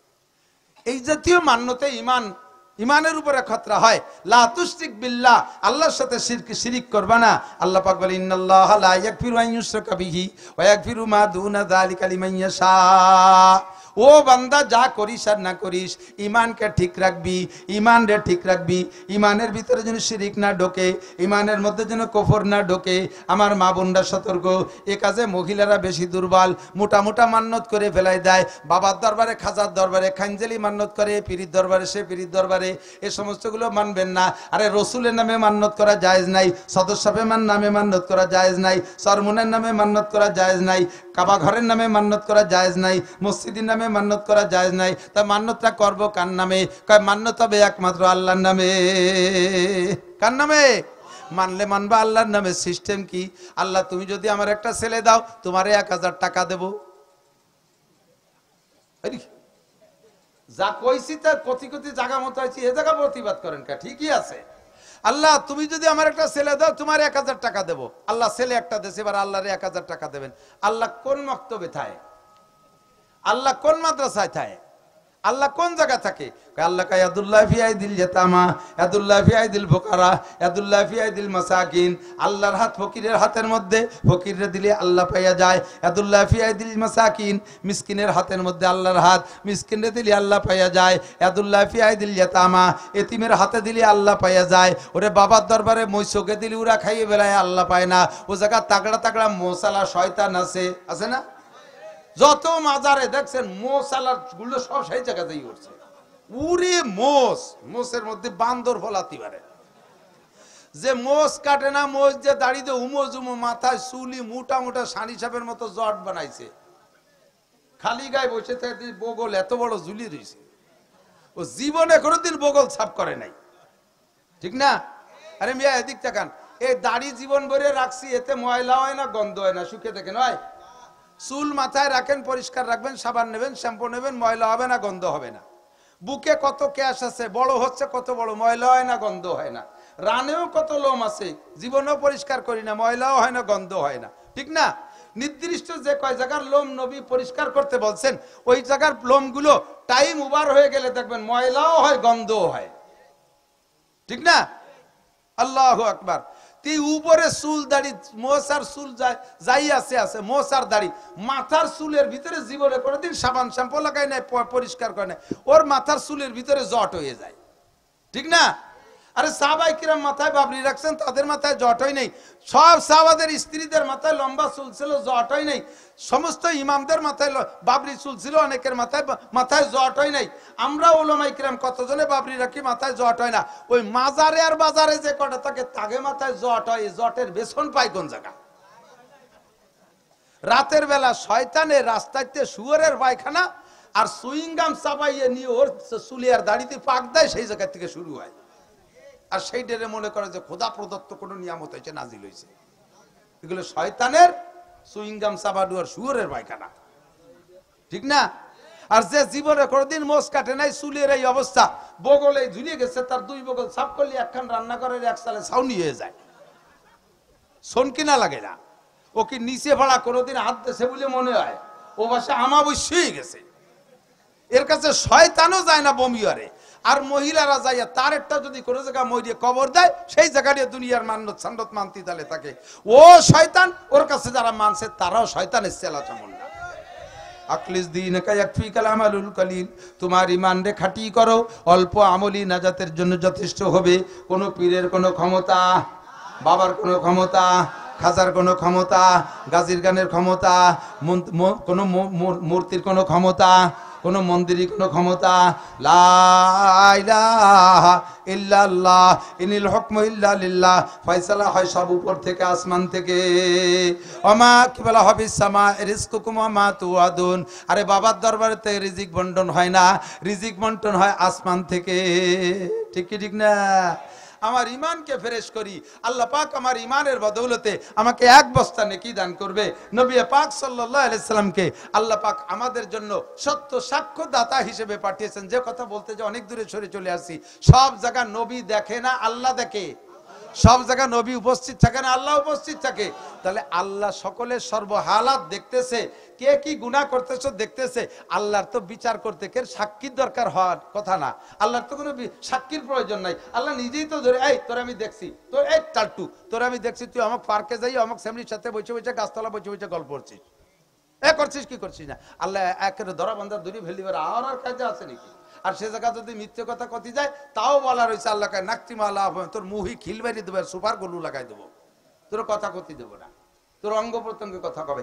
সূরা ইয়াসিনের মধ্যে আছে না নাই, আল-ইয়াওমা নাকতিমু আলা আফওয়াহিহিম ওয়া তুকাল্লিমুনা আইদিহিম। তোর হাতে সাক্ষী দেবে, পায়ে সাক্ষী দেবে, তোর চোখে সাক্ষী দেবে, তোর ঠোঁটে মিথ্যে কথা কয় ঠোঁটে বন্ধ করে দেবো। আল্লাহ পাক রব্বুল আলামিন সব দেখতেছেন, এভাবে একটা করে অ্যারেস্ট করে আল্লাহ বিচার করতে পারে। সে জায়গা নবীকে সাক্ষী বানাবেন কেন?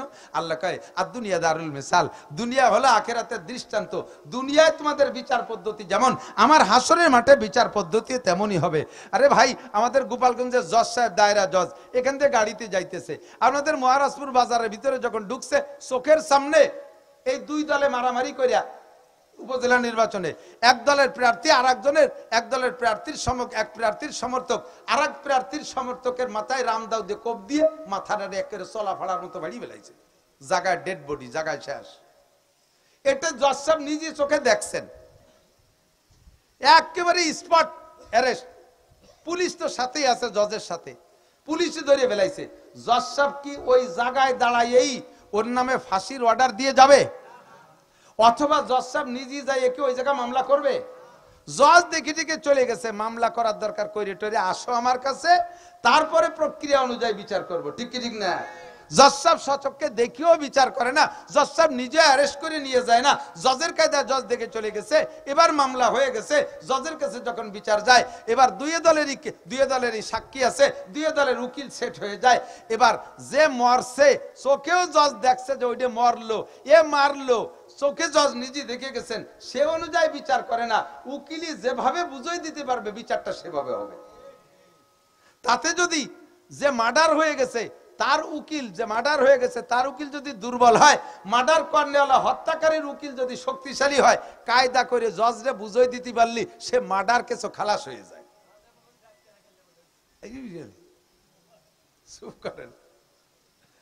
এরকম হইতে পারে কি পারে না? তো উকিল যেভাবে বুঝাই দেবে বিচার সেভাবে হবে। দুনিয়ায় যে নিয়ম, নবী পাক কিয়ামতের ময়দানে আমাদের পক্ষে বিপক্ষে সাক্ষী দিবেন। তবে আমার নবী এমন উল্টো দালালি করবে না যে জীবন ওরে আকাম করবা আর তোমার পক্ষে দালালি রে নবী তোমারে বার করে দিবে, একেবারে অত সস্তা না। কথা বলেন? নবী পাক সত্য সাক্ষী দিবেন। আর নবী বললেন, আল্লাহ সত্য সাক্ষী দিতে তো স্পটে প্রেজেন্ট থাকা লাগে, উপস্থিত থাকা লাগে। আমি যাদের সামনে আছি দেখতেছি আবু জাহেল কলেমা পড়ে নাই, আবু লাহাব পড়ে নাই, উতবা পড়ে নাই, সাইবা পড়ে নাই, ওলীদ ইবনে মুগিরা পড়ে নাই, ওই বুড়ি আমার রাস্তায় কাটা দিছে। এভাবে যারা কাফেররা শয়তানি করছে এদের বিপক্ষে বলবো। আমার আবু বকর, উমর, উসমান, আলী, তালহা, জুবাইর, বিলাল, আম্মার, সোহাইব, এরা নামাজ কালাম পড়ছে, এরা কলেমা পড়ছে, এদের পক্ষে বলবো। কিন্তু কিয়ামত পর্যন্ত যারা আসবে তাদেরকে তো দেখবো না, তারা কে কি অন্যায় করবে এটা আমি কিভাবে বলবো? অথচ আমারে বানাইছো কিয়ামত পর্যন্ত আনেওয়ালা মানুষের জন্য সাক্ষী দেতা, সত্য সাক্ষী দিতে হবে। কিভাবে দেব? আল্লাহ পাক বলবেন শাহরুর রমাদানাল্লাযী উনজিলা ফীহিল কুরআন হুদাল লিন-নাসি ওয়া বায়্যিনাতিম মিনাল হুদা ওয়াল ফুরকান। তোমারে এমন একটা কিতাব দিছি যেই কিতাবটা কিয়ামত পর্যন্ত জন্য কম্পিউটার, ওর ভিতরে তুমি থাকার আগে, তুমি আসার আগে যা ঘটে গেছে তাও আছে, তুমি চলে যাওয়ার পরে যা ঘটবে তাও তোর মধ্যে পাবা। কিয়ামতের ময়দানে কোরআন শরীফ দেখে দেখে বলবা, একজনের প্রতিবাদ করার ক্ষমতা থাকবে না, ওই কোরআন শরীফ দেখে দেখে বলবার আমি সেই অনুযায়ী বিচার করব। তাতেই তুমি সত্য সাক্ষ্য হিসেবে প্রমাণিত হবে। আমার নবীকে আল্লাহ সত্য সাক্ষীদাতা হিসেবে পাঠাইছে। মুবাশশির 2 নম্বর গুণ হলো সুসংবাদদাতা। কি বলেন? নবী সুসংবাদদাতা। সুসংবাদ দেওয়ার জন্য নবীকে আল্লাহ পাঠাইছে। প্রচুর সুসংবাদ দিয়েছেন নবী, প্রচুর সুসংবাদ। তবলিগি গেছেন নাকি আপনারা? তবলিগি যান? তবলিগির লোক কে কে আছেন দেখি? জান আর না জান তবলিগির কাজটা ভালো লাগে কার কার একটু হাত দেখাবেন। যদি নাও যে থাকেন ভালো লাগে কি লাগে না? মাশাআল্লাহ, হাত নামান। তবলিগি চলাকাল, তবলিগি থাকাকালে রাজনীতির আলোচনা আছে? আছে। অর্থনীতির আলোচনা আছে? দুনিয়ার উপরের কোন আলোচনা আছে? আসমানের উপরে আর মাটির নিচের আলোচনা তবলিগের ভিতরে, ঠিক কি ঠিক না? কোন দুনিয়াবি দরবার নাই। এর চাইতে নিট অ্যান্ড ক্লিন, ফ্রেশ, পরিষ্কার আর কোন ধর্মীয় আলোচনার মজলিস থাকে না। কেউ রে কেউ হিটি থাকে না, হিট মারামারি নাই, ঠিক কি ঠিক না? বিড়ি সিগারেট খাওয়া খাই বন্ধ। কত সুন্দর একটা প্র্যাকটিস সেন্টার, সবকিছু হাতে ধরে শিক্ষা দেয় তবলিগ। তো তবলিগের ভিতরে 6টা কথা প্রত্যেকদিন মাগরিব বাদ একবার বলাই লাগে, তার নাম 6 উসুল। যারা আছে একদল তবলিগ বিপক্ষের, এই যুবকরা বসো, কাজ আছে। তবলিগের বিপক্ষে একদল আছে না নাই? খালি কথা কয় না। তবলিগের বিপক্ষে আছে না নাই? এ জায়গা আছে না নাই? আছে একদল। ভালো করে বোঝেন বাবা, উল্টো বুঝবেন না, মেহরবানি করে উল্টো বুঝবেন না। আরে আমি মাওলানা নাসির জীবন ভরে ওয়াজ করি, আমারে বস্তা ভরে টাকা না দিলি পরা পরের বার আমার ডায়েরি খালি থাকে না। এক করে তাজা সত্যি কথা কয়ে তুই গেলাম। আজকেও খাওয়া দাওয়া পয়সা করি কম হবে, হুজুররা কালকে যাবে, হুজুরকে না ডায়েরি নাই, সামনে 6 বছর বুক, কারণ তোমরা টাকা দাও নাই। বাস্তব। যত বড় পিসাবক না কেন, মুরিদরা যদি এলাকায় যত্ন না করে, পিসাব করে না ওই এলাকায় শিডিউল দেওয়া হবে না, অন্যান্য এলাকায় দাও, মানে ওনার হাদিয়া তোবা কম হয়ে গেছে। তবলিগ ওয়ালারা কি এমন মনে মানুষকে নিয়ে ঘরে খাইতে যান? তবলিগে কি পরের খাইতে যান? নিজে টাকা নিয়ে যান কি যান না? আমার এক ছেলেরে পাঠাইছি নুরুদ্দিন, গত এই রমজানে, আগের রমজানে পাঠাইছি। এক চিল্লায় আমার ছেলে 20,000 টাকা খরচ করিয়েছি। ও খালি টা আসায় কি করিস? কয় যে সবই সাথীরা কয় তোর আব্বার টাকা আছে, আমাকে ইফতার করা। আজকের গরুর গোশত তুই কেন, আগে তা কেন? বস্তা ভরে টাকা নিয়ে ইচ্ছা মতো টাকা নিয়ে যাই, কেতা খাওয়ার লোভে যাই না, ঠিক কিনা? আর হাতে ধরে প্র্যাকটিস করাই। আমি জিন্দেগি ভরে ওয়াজ করি, এভাবেই ব্ল্যাঙ্ক ফায়ার করে যাই, কেউ হাতে ধরে ট্রেনিং করাইতে পারি না। তবলিগে যখন গেছি, আমার সাথে নিয়ে গেছি কয়জন রে, যাইয়ে মসজিদের বাইরে দাঁড়াইয়া ব্যাটিং ডারে হেড মেরে ভিএম আছে মসজিদের মধ্যে, দ্রুম করে যে পড়ছে আস্তাগফিরুল্লাহ, ওই মসজিদের আদবের খেলাফ। কয় যে আমি দানের বস্তাতে এইরকমই ফেলাই। তো দানের বস্তা ফেলানো আর তবলিগের বস্তা হেড মেরে ফেলাই দিয়ে যাইয়া পাশের বাড়ির দিক ফিরে, সেই বাড়ির দিক ফিরে রান এই পর্যন্ত বেরোয় দিয়ে বিড়ি একটা দরাই বিড়ি পেশাব করতে হয়েছে। আমি কই গোষ্ঠী শুদ্ধ বাড়ি খেয়ে যাবানি আজকে। ওই বাড়ির মেয়ে ছেলে যদি তোমারে দেয় যে তুমি সেই বাড়ির দিক ফিরে মুক্তি বইছো, বিটাকে ভাটাই দিলি মুতা অবস্থায় বাড়ো আবার আগাই দিবে না, পিছনে যাইয়া মাথার পর গামছা একখান দিলাম, আর একদিক ফিরে টানিয়ে টানিয়ে রান গিরিয়ে দিছি। প্র্যাকটিক্যালি আমল করাইছি, যেটা জীবনেও কেউ কোনোদিন করে না। এটা তবলিগি গেছি বিদায় তবলিগির সিস্টেম অনুযায়ী আমল করাইছি। কথা বলেন ঠিক ঠিক না? নামাজে দাঁড়াইছে দিশে পায় না, পাও বেসালের মতো, পার গোড়া মিশাই দিয়ে মাথা দুই দিক, অথচ পুরো বডি আঙ্গুল মাঙ্গুল সব কিবলামুখী হওয়া ফরজ। নামাজের ভিতরে কিবলামুখী হওয়া। নামাজের ফরজ কয়টি? জোর হলো না কয়টি? আর কান হাকাম কয় ফরজ? তার মধ্যে একটা কিবলামুখী হওয়া ফরজ। শুধু মুখখান কিবলার দিকে না, পুরো বডি। আপনি পার গোড়া মিশাই রাখছেন, মাথা দুই দিক ফাঁকা করে রাখছেন, আপনার পাও দুইখানটা খুলে ছাড়িয়ে দেন তো কিবলার দিক যায় নাকি? একখান চলে যাবে দক্ষিণ আমেরিকার ওই পাশে, আর একখান চলে যাবে উত্তর রাশিয়ার ওই ধারে। কিবলা ভাগে পাবে না, এক পাবো, ঠিক কি ঠিক না? তাহলে এখানে দাঁড়ানোর যে এই সিস্টেমটা, এটা কোনোদিন পিসাব হাতে ধরে শিক্ষা দেয় নাই। আমরা বক্তারা মাঠে বসে শিখাই না, এটা দাওয়াতে তাবলীগের মধ্যে হাতে ধরে শিক্ষা দেয় কি দেয় না? খানা খাইতে বসছেন যখন একসাথে খান, কেমন যেন ছাগলের মতো কলমি খাচ্ছে, কষার সাথে তো 3-4 জনে খায়, আর কজন বমি দিচ্ছে চাবানোর সুর শুনিয়ে। এ ভাত কটা খাইছেন জীবন ভরে, মা বাপের কাছে খাওয়া শিখছেন, তাও চাবানো শেখেন নাই। আল্লাহর রহমতে তবলিগি গেলে হাত, আমির সাহেব বলে ওভাবে খেতে হয় না, ওভাবে খেতে হয় না, আস্তে আস্তে বিনা শব্দে খাওয়ার চেষ্টা করেন, মুখ বন্ধ করে চাবান, পাশের ভাইয়ের যাতে ঘৃণা লাগে, এই ঘৃণা না লাগে এজন্য সেভাবে লক্ষ্য করে চাবান। এভাবে শিক্ষা দেয় কি দেয় না? মসজিদের মধ্যে উভতে শুয়ে রয়েছে, 2 গড় দেওয়ার পরে লুঙ্গি উঠে চলে এসে মাথার উপরে। ইমাম তবলিগের আমির সাহেব যায় পিছন দিয়ে যায়, লুঙ্গিটারে টানিয়ে দিয়ে সজাগ করে কয় তলে গিরিয়ে দিয়ে শোন। এ কেউ কোনোদিন শিখাইছি? কোন বক্তা মাঠে কথা হাতে ধরে শিখাইছি লুঙ্গি গিরিয়ে দিয়া? কোন পিসাব শিক্ষা দিয়েছে? কাজেই তবলিগের কেন আপনি সমালোচনা করবেন? তবলিগের কেন আপনি সমালোচনা করবেন? তবলিগের সমালোচনা মানে নবী পাকের সরাসরি দাওয়াতের কাজের সরাসরি প্রতিবাদ করা, নবী ওয়ালা কামের বিরোধিতা করা। আপনার ঈমান নিয়ে মরার ভিতরে সন্দেহ হয়ে যাবে ইনশাআল্লাহ। আল্লাহর কাছে পানা চান যেন আমি জিন্দেগিতে তবলিগ আরে করতে পারেন আর না পারেন। শেখ সাদি আল্লামা শেখ ফরিদউদ্দিন আত্তার রহমাতুল্লাহ আলাইহি বলেন, কুওয়াতে নেকি নাদারি বদমাকুন বরবজুদে খুদ সে তামবে হদমাকুন। নেকি করতে পারো না পারো, কমপক্ষে গুনাহ করিও না। কথা বলেন, নেকি করতে পারো না পারো, কমপক্ষে গুনাহ করো না। তবলিগি যাইতে পারো না পারো, কমপক্ষে এর সমালোচনা করে গুনার বোঝা ভারী করো না। তবলিগের ভিতরে 6 ডাক আলোচনা একেবারে নিয়মতান্ত্রিক ভাবে প্রত্যেক দিন করে। শুনতে বিরক্ত যে আমি ওই বাদ দিয়ে করতে পারো না। 6টা কথা, এমন 6টা কথা যেই 6টা কথার ভিতরে 30 পারা কোরআন শরীফ। আহলে হক বড় উলামায়ে কিরামরা 6টা কথা দেন, আমারে দায়িত্ব দেন, আমি 6টা কথার আলোচনা করব ইনশাআল্লাহ। আজকে বসবো আর সূরা ফাতিহা শুরু থেকে নিয়ে বসবো, 30 পারা কোরআন শরীফ শেষ করব, বুখারী শরীফ শেষ করব। 6টা কথার বাইরে চাই চার কোনো উপায় নাই। ওই 6টা কথার ভিতরে পুরো 30 পারা কোরআন শরীফ এবং নবী পাকের অসংখ্য হাদিস সবর ভিতরে লুকায়িত আছে। এখন বক্তা যেমন তার বক্তব্যের পরিসর তেমন, জীবনে কোনোদিন জানে না কিছু, আজকে মাত্র তবলিগীকে তারা শিখিয়ে দিয়েছে। তবে মোটামুটি 6টা কথার উপরে চলতে পারলে মোটামুটি ভাবে ইসলামী মুসলিম জিন্দেগির উপরে চলা সহজ হয়, এইভাবে কয় না? সেই 6টা কথা কি? কলেমা, নামাজ, ইলম, জিকির, ইকরামুল মুসলিমিন, দাওয়াত, তবলিগ, সহিহ নিয়ত, এই 6টা কথা। এই লোকরা যদি বলা হয় তুমি কোরআন শরীফ পড়ে 6 কথার তাফসীর করো, পারবে? ক্লাস 1 এর ছাত্ররা এর বক্তৃতা দিলে পারবে নাকি? পারবে না। এই 6টার ভিতরে যেটা বলবো বলে আমি এতখানি ছড়া বড়ায় নইছি। আবার এদিক দেখেন 6টার মধ্যে আছে কি? ইলম, জিকির, ইলম, খেয়াল, ইলম, জিকির। এই ইলম জিকির বলতে গিয়ে জিকির বিভিন্ন প্রকার জিকির আছে। জিকিরের কথাটা আগে বলে নাই, কয় যে সবচাইতে শ্রেষ্ঠ জিকির হলো কি বলা হয়? সবচেয়ে শ্রেষ্ঠ জিকির তিলাওয়াতে কোরআন। সবচেয়ে শ্রেষ্ঠ জিকির কি? কোরআন শরীফের চাইতে বড়, তিলাওয়াতের চাইতে বড় কোন জিকির হইতে পারে না। আল্লাহ পাক বলেন, ওয়াকিমিস সালাতা তারাফাইন নাহারি ওয়া যুলাফাম মিনাল লাইল ইন্নাল হাসানাতি ইউযহিবনাস সাইয়্যাত যালিকা যিকরা লিয-যাকিরিন উতলু মা উহি ইলাইকা মিনাল কিতাব ওয়াকিমিস সালাহ ইন্নাস সালাতা তানহা আনিল ফাহশাই ওয়াল মুনকার ওয়ালা যিকরুল্লাহি আকবার, ওয়ালা যিকরুল্লাহি আকবার। নামাজ সবচেয়ে বড় জিকির, কারণ নামাজের মধ্যে তিলাওয়াত আছে। নামাজের মধ্যে কি আছে? তিলাওয়াত আছে। এভাবে জিকিরের কথা বলে টলে বিভিন্ন পিসাবের যদি ওজিফাতে শেষ জিকির করবেন। এবার এলেমের কথা বলতে যেটা বলবো বলে খেয়াল, এদিক এলেমের ব্যাপারে বলতে গিয়ে বলে এলেম সম্পর্কে 2টা কথা, ফাজাইলে এলেম আর মাসাইলে এলেম। আমি জায়গা মতো চলে আসছি, আমার ওয়াজের মূল উদ্দেশ্য এখানে। ফাজাইলে এলেম আর মাসাইলে এলেম।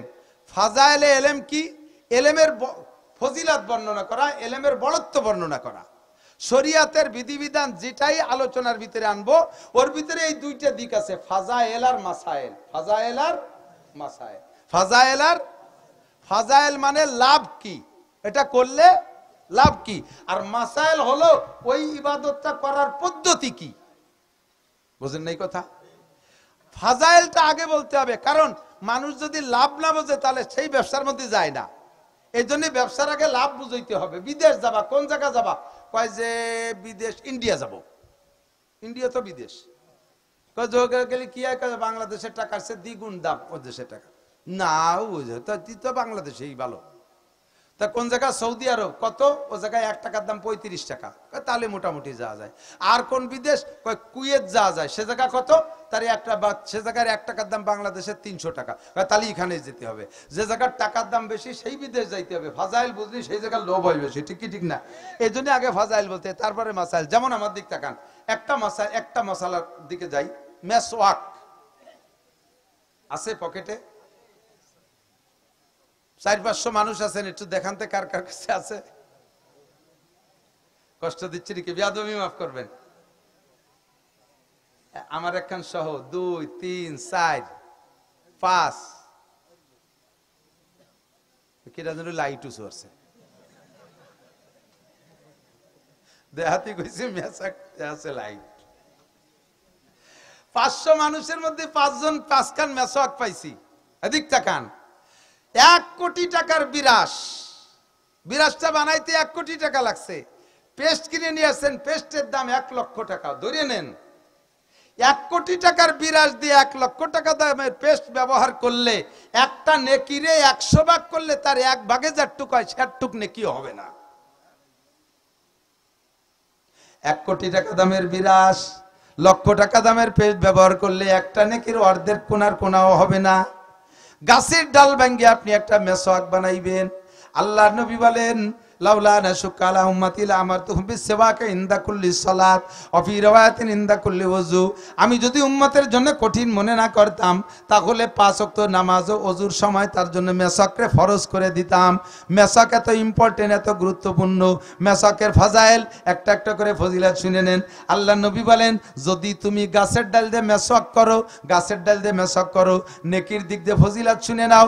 মেসওয়াকের সুন্নত মনে করে একবার আমল করলে তোমার আমল নামায় 100 শহীদের সওয়াব লেখা হবে। সুবহানাল্লাহ কয় না রে? 100 শহীদের সওয়াব কর না সুবহানাল্লাহ।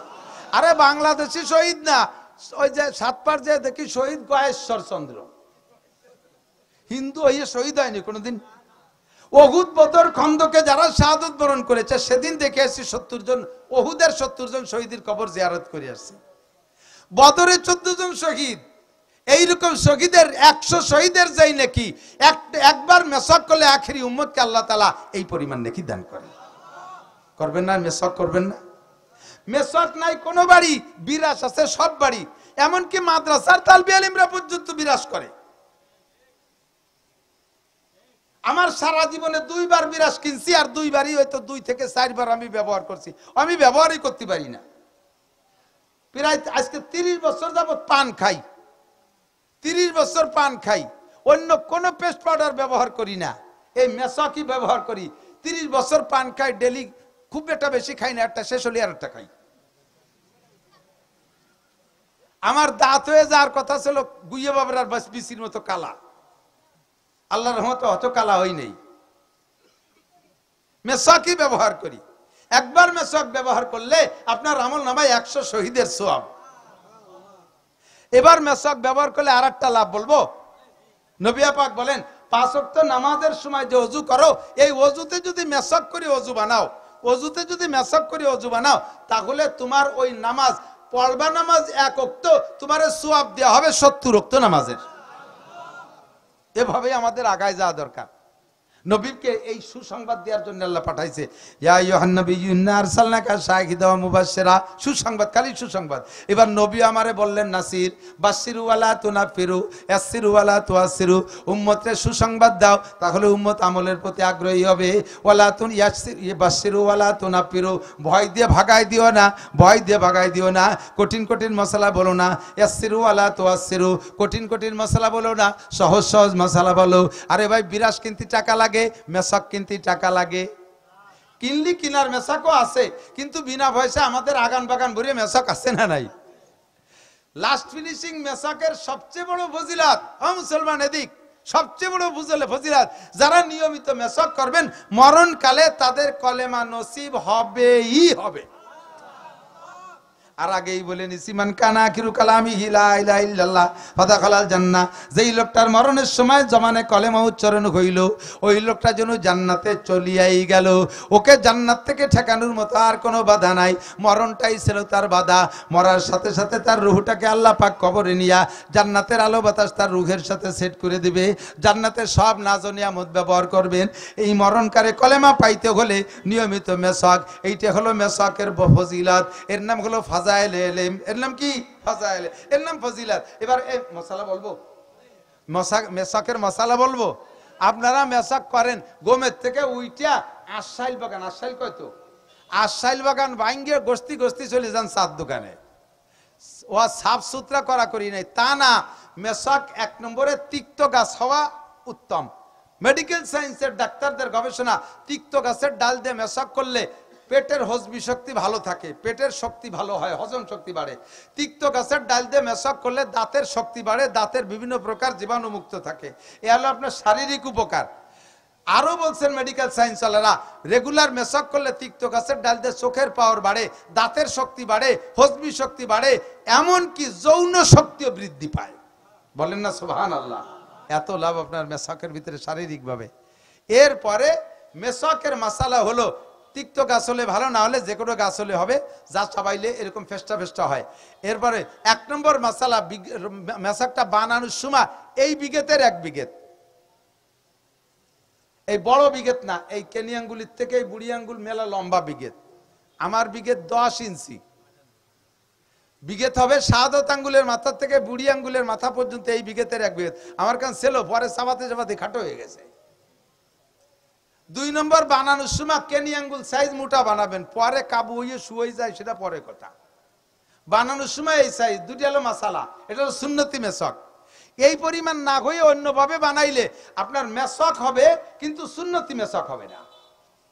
3 নম্বর, আপনি মেসাকের আমলটা কোন দিক দিয়ে হবে, আইডিও গাড়িও মারি দেবেন না। ডাইন পাশ থেকে এভাবে খাড়াভাবে ডলতে ডলতে বাম দিক যাবেন, আবার ডাইন পাশ এসে খাড়াভাবে ডলতে ডলতে বাম দিক যাবেন। এইভাবে 3 বার আপনি মেসাক করলে আপনার মেসাকের সুন্নতি মাসালা, সুন্নতি মেসাক হলো, এবং মেসাকের বিনিময়ে যে ফজিলত আছে এইটা পাক আল্লাহ পাক আপনাকে দান করবে। ফাজাইলে মাসা, ফাজাইল ও মাসাইল, এর এক একটা সামনে আসতেছে, এদিক খেয়াল করতে হবে। একটা মাসআলা শুনলে শিখলে নবী পাক বলেন তাদারুসুল ইলমি সাআতান খায়রুম মিন ইবাদাতি 60 সানা, মাজলিসু ফিকিন খায়রুম মিন ইবাদাতি 60 সানা। এমন এমন মাসালা আছে যেই মাসালা না জানা থাকার কারণে আপনার জিন্দেগির অনেক ফরজ ইবাদত নষ্ট হচ্ছে। এরকম একটা মাসালা যদি কোনো মজলিসে বসে শেখেন, তাহলে ওই মাসালাটা শোনা শেখার ভিতরে আমল করার কারণে আমলের নেকি, শুধু আমলের নিয়তে মাসালাটা শুনছেন আর শিখছেন, তার বিনিময় খেয়াল করে না। একটা মাসালা শুনলে এবং শিখলে আপনাকে একটানা লাগাতার 60 বছর নফল নামাজ ও নফল রোজার সওয়াব দান করা হবে। 60 বছর একটানা নফল রোজা রাখছেন, আপনাকে এই মোকশেদপুর এলাকায় এমন কি 2-1 আছে? অবিরাম দুনিয়ার কাম কাজ ছাড়িয়ে দিয়ে লাগাতার 60 বছর নফল নামাজ পড়ছেন, একটা মানুষ বের করতে পারবে না সারা পৃথিবীর ভিতরে খুঁজে, ঠিক কি না? অথচ একটা মাসালা শুনলে শিখলে 60 বছর নফল নামাজ ও নফল রোজা সওয়াব। বলবেন না সুবহানাল্লাহ। এই জায়গার 60 মানে নির্দিষ্ট 60 না, 60 মানে অসংখ্য বছর। কারণ এমন এমন মাসআলা আছে যেই মাসআলাটা না জানা থাকার কারণে আপনার জিন্দেগিতে যত ফরজ নামাজ একা একা পড়ছেন বা যত ফরজ নামাজ পড়ছেন সব বাতিল, 1 রাকাত নামাজও আপনার হয় নাই। এরকম একটা মাসআলা আপনার জানা নাই। হতে পারে কি পারে না? কথা বলেন পারে? এইরকম বাকি আনুষঙ্গিক সব আছে, ছোট্ট একটা মাসালা জানা। যেমন আমি উদাহরণে অনেক সময় বলে থাকি, উদাহরণে বলি, এই যে আমরা গাড়ি চালাই, আমার গাড়িটা প্রিমিয় গাড়ি, দামি গাড়ি। যারা গাড়ি সম্পর্কে জানে, মোটামুটি প্রাইভেট কারের ভিতরে প্রিমিয় ভালো গাড়ি। আমার গাড়ি সব ওকে, হঠাৎ করে রাস্তায় চলতে যায়, চলমান অবস্থায় ইঞ্জিন বন্ধ হয়ে গেছে। ড্রাইভার অভিজ্ঞ, সব জায়গা খুঁজে খাইছে, কোনো জায়গা কোনো ত্রুটি পাচ্ছে না, কিন্তু গাড়ি চলে না, স্টার্ট নিচ্ছেই না। কি হয়েছে বুঝতেই পারতেছে না। ফোন করে ফরিদপুরের থেকে মিস্ত্রি নিছি, মিস্ত্রি যে গাড়িতে ইঞ্জিনে চাবি দিয়ে অন করতে যে মিস্ত্রি তো টের পেয়ে গেছে কোন জায়গা মাইর খাইছে। ইঞ্জিনের নিচে ছোট্ট এতটুকু একটা পিন ছিল, এতটুকু একটা পিন সাইজের একটা পার্স, ওইটা রাস্তায় পড়ে গেছে। চাকা আছে, স্যাসিস আছে, বডি আছে, সব আছে, ইঞ্জিন আছে, নাই শুধু এতটুকু একটা পিন। ইঞ্জিন স্টার্ট হবে? গাড়ি চলবে? যারা লাঙ্গল চষে হাল চষতেন, লাঙ্গল দিয়ে গরু দিয়ে লাঙ্গল দিয়ে, মুরব্বীরা বলেন এই জামানায় গরুর তো কত দাম, সেই জামানার যে গরু দিয়ে হাল চষতেন এখন তো গরুর হাল চষা শেষ, সেই জামানার দুইটা গরু এই জামানায় ইনশাআল্লাহ দুইটা গরুর দাম 4 লাখ টাকা। 4 লাখ টাকা দামের দুইটা গরু আছে। জুমাইল বানাইছেন শাল কাঠ দিয়ে, লাঙ্গলির বডি বানাইছেন লোহা কাঠ দিয়ে, ইস বানাইছেন লাঙ্গলির ইস বানাইছেন লোহা কাঠ দিয়ে, বডি বানাইছেন লোহা কাঠ দিয়ে, তার ফাল বানাইছেন স্বর্ণ দিয়ে। সবকিছু দামি দামি, কয়েক লক্ষ টাকা কোটি টাকার সম্পদ আপনার সবকিছুর মধ্যে আছে। নাইকি ইসটা এসে লাঙ্গলের যে জায়গা ঢোকে পিছন দিয়ে আটটুক একখান খিল লাগাতো, রেখা ইস্তে মনে আছে নাকি? তো 4 লাখ টাকার গরু আছে, সোনার লাঙ্গল আছে, নাইক শুধু পিছনে আটটুক একখান খিল ইস্তে হাল চষা যাবে? কতক্ষণ যাবে? যত বড় অভিজ্ঞ কৃষক হোক পারবে? এমনকি ইরশাদ সাহেবের লাঙ্গল ইরশাদ সাহেব নিজেই চষতেও পারবে না, ঠিক না? এই ইস্তেটুক যদিও ছোট, এর কারণে লাঙ্গল চষা বন্ধ। Same quality. ও মুসলমান, জিন্দেগি ভরে নামাজ পড়ো, জিন্দেগি ভরে নামাজ পড়ো। এক রিকাতে সূরা বাকারা আর এক রিকাতে আল ইমরান, 39 বার রুকুতি আজিম, সিজদার ভিতরে 41 বার আলা মারিয়ে দেছো, খুব বড় যুব্ব গাইদে, বড় পাগড়ি একটা বাঁধে, কিন্তু তোমার নামাজের ভিতরে ছোট্ট একটা পিন পড়ে গেছে, নামাজের ইস্তেক হয়ে গেছে, আর তোমার নামাজ হচ্ছে না। জীবন ভরে যে নামাজ পড়ছো এই নামাজ দিয়ে তুমি বেহেশতে যাইতে পারবে না। এই মশলাটা শিক্ষা দেয় দাওয়াত ও তাবলীগের ভিতরে। এই মশলাটা আমি আজকে আলোচনা করব। আপনার সারা জিন্দেগি ভরে কিসসা কাহিনী, বিনে বিনে গান গজলের ওয়াজ, 100 বছর কিসসা কাহিনী আর গান গজলের ওয়াজের চাইতে আমার একটা মশলার ওয়াজের দাম কিয়ামতের ময়দানে বুঝবেন কত গুণ বেশি হয়। কথা বলেন ঠিক ঠিক না? যেমন আমি বলি, ছোট্ট একটা মশলা আমি বলে দিয়ে যাই, এদিক এদিক এদিক আমার দিক। ইমাম সাহেব নামাজে তাকবীরে তাহরিম, জামাতে নামাজ পড়বেন। নামাজ পড়বেন কোথায়? জামাতে পড়বেন। এক ওয়াক্তের বিনিময়ে 527 ওয়াক্ত নামাজের সওয়াব পাবেন জামাতে মসজিদে যে নামাজ পড়লে। ইমাম সাহেব যখন তাকবীরে তাহরিমা বলে, তাকবীরে তাহরিমা, নামাজের ফরজ 13টা, তার ভিতরে একটা তাকবীরে তাহরিমা বলা, ঠিক না? ইমামের পিছনে এমনিতে একা একা যখন পড়েন তখন তো আল্লাহু আকবার বলেই শুরু করেন, কিন্তু অনেকে আজও জানে না যে ইমামের পিছনে পড়ার সময়ও কি মুসল্লিদের আল্লাহু আকবার বলা লাগবে কি লাগবে না। শুধু মুখ বন্ধ করে কানে হাত দিয়ে ছানা বাঁধে, মুখ আল্লাহু আকবার কয় না। এরকম হাজার হাজার মানুষ আছে, আছে না নাই? জানেই না যে ওই জায়গায় আল্লাহু আকবার বলতে হবে কি হবে না, কানে হাত দিতে হবে এইটা জানে, আল্লাহু আকবার জানে না। যারা জিন্দেগিতে এই টাইমে আল্লাহু আকবার বলেন নাই, তাদের ওই নামাজ সবগুলো বাতিল, ওই নামাজ হয় না, আবার পড়ে দিতে হবে। একটা পিন লাগাই দিছি। 2 নম্বরে, এই ইমামের সাথে যে আল্লাহু আকবার, প্রথমবার আল্লাহু আকবার বলা ফরজ, এরপরে উঠতে বসতে যে আল্লাহু আকবার এগুলো বলা ফরজ না, এগুলো সুন্নাত। প্রথমবার বলা ফরজ, এই জায়গাটা ইম্পর্টেন্ট মাসালা। আমার দিক বুড়ো বাবারা ইন নড়াচড়া করেন না। ও যুবক বয়, নড়িস না, তোর সেই প্রেম প্রীতির ওয়াজ আর একদিন করিয়ে দেবো, আজকে বয় যা শিখেছে তাই কই। অপ্রয়োজনীয় কথা বলতেছি, অপ্রয়োজনীয় কথা বলতেছি নাকি? এদিক ইমাম যখন আল্লাহু আকবার বলবে, ইমাম সাহেব একটু টানিয়ে কইছে, ইমামের সুর কণ্ঠ ভালো হলি তার সব জায়গায় একটু টান টান বেশি হয়। ইমাম সাহেব টেনে বলছে আল্লাহু আকবার, টানি কইছে। আপনি মুসল্লি পিছনে ইমাম আল্লাহ করে টান দিছে, এর ফাঁকে আপনি শটে মারি দিয়েছেন আল্লাহু আকবার। ইমামের আল্লাহু আকবারের র শেষ হওয়ার আগে যদি আপনার আল্লাহু আকবার শেষ হয়ে যায়, আপনার ওই ইমামের পিছনে ইক্তেদা সহি হয় নাই, আপনার নামাজই হয় নাই। ছোট্ট একটা পিন পড়ে গেছিল।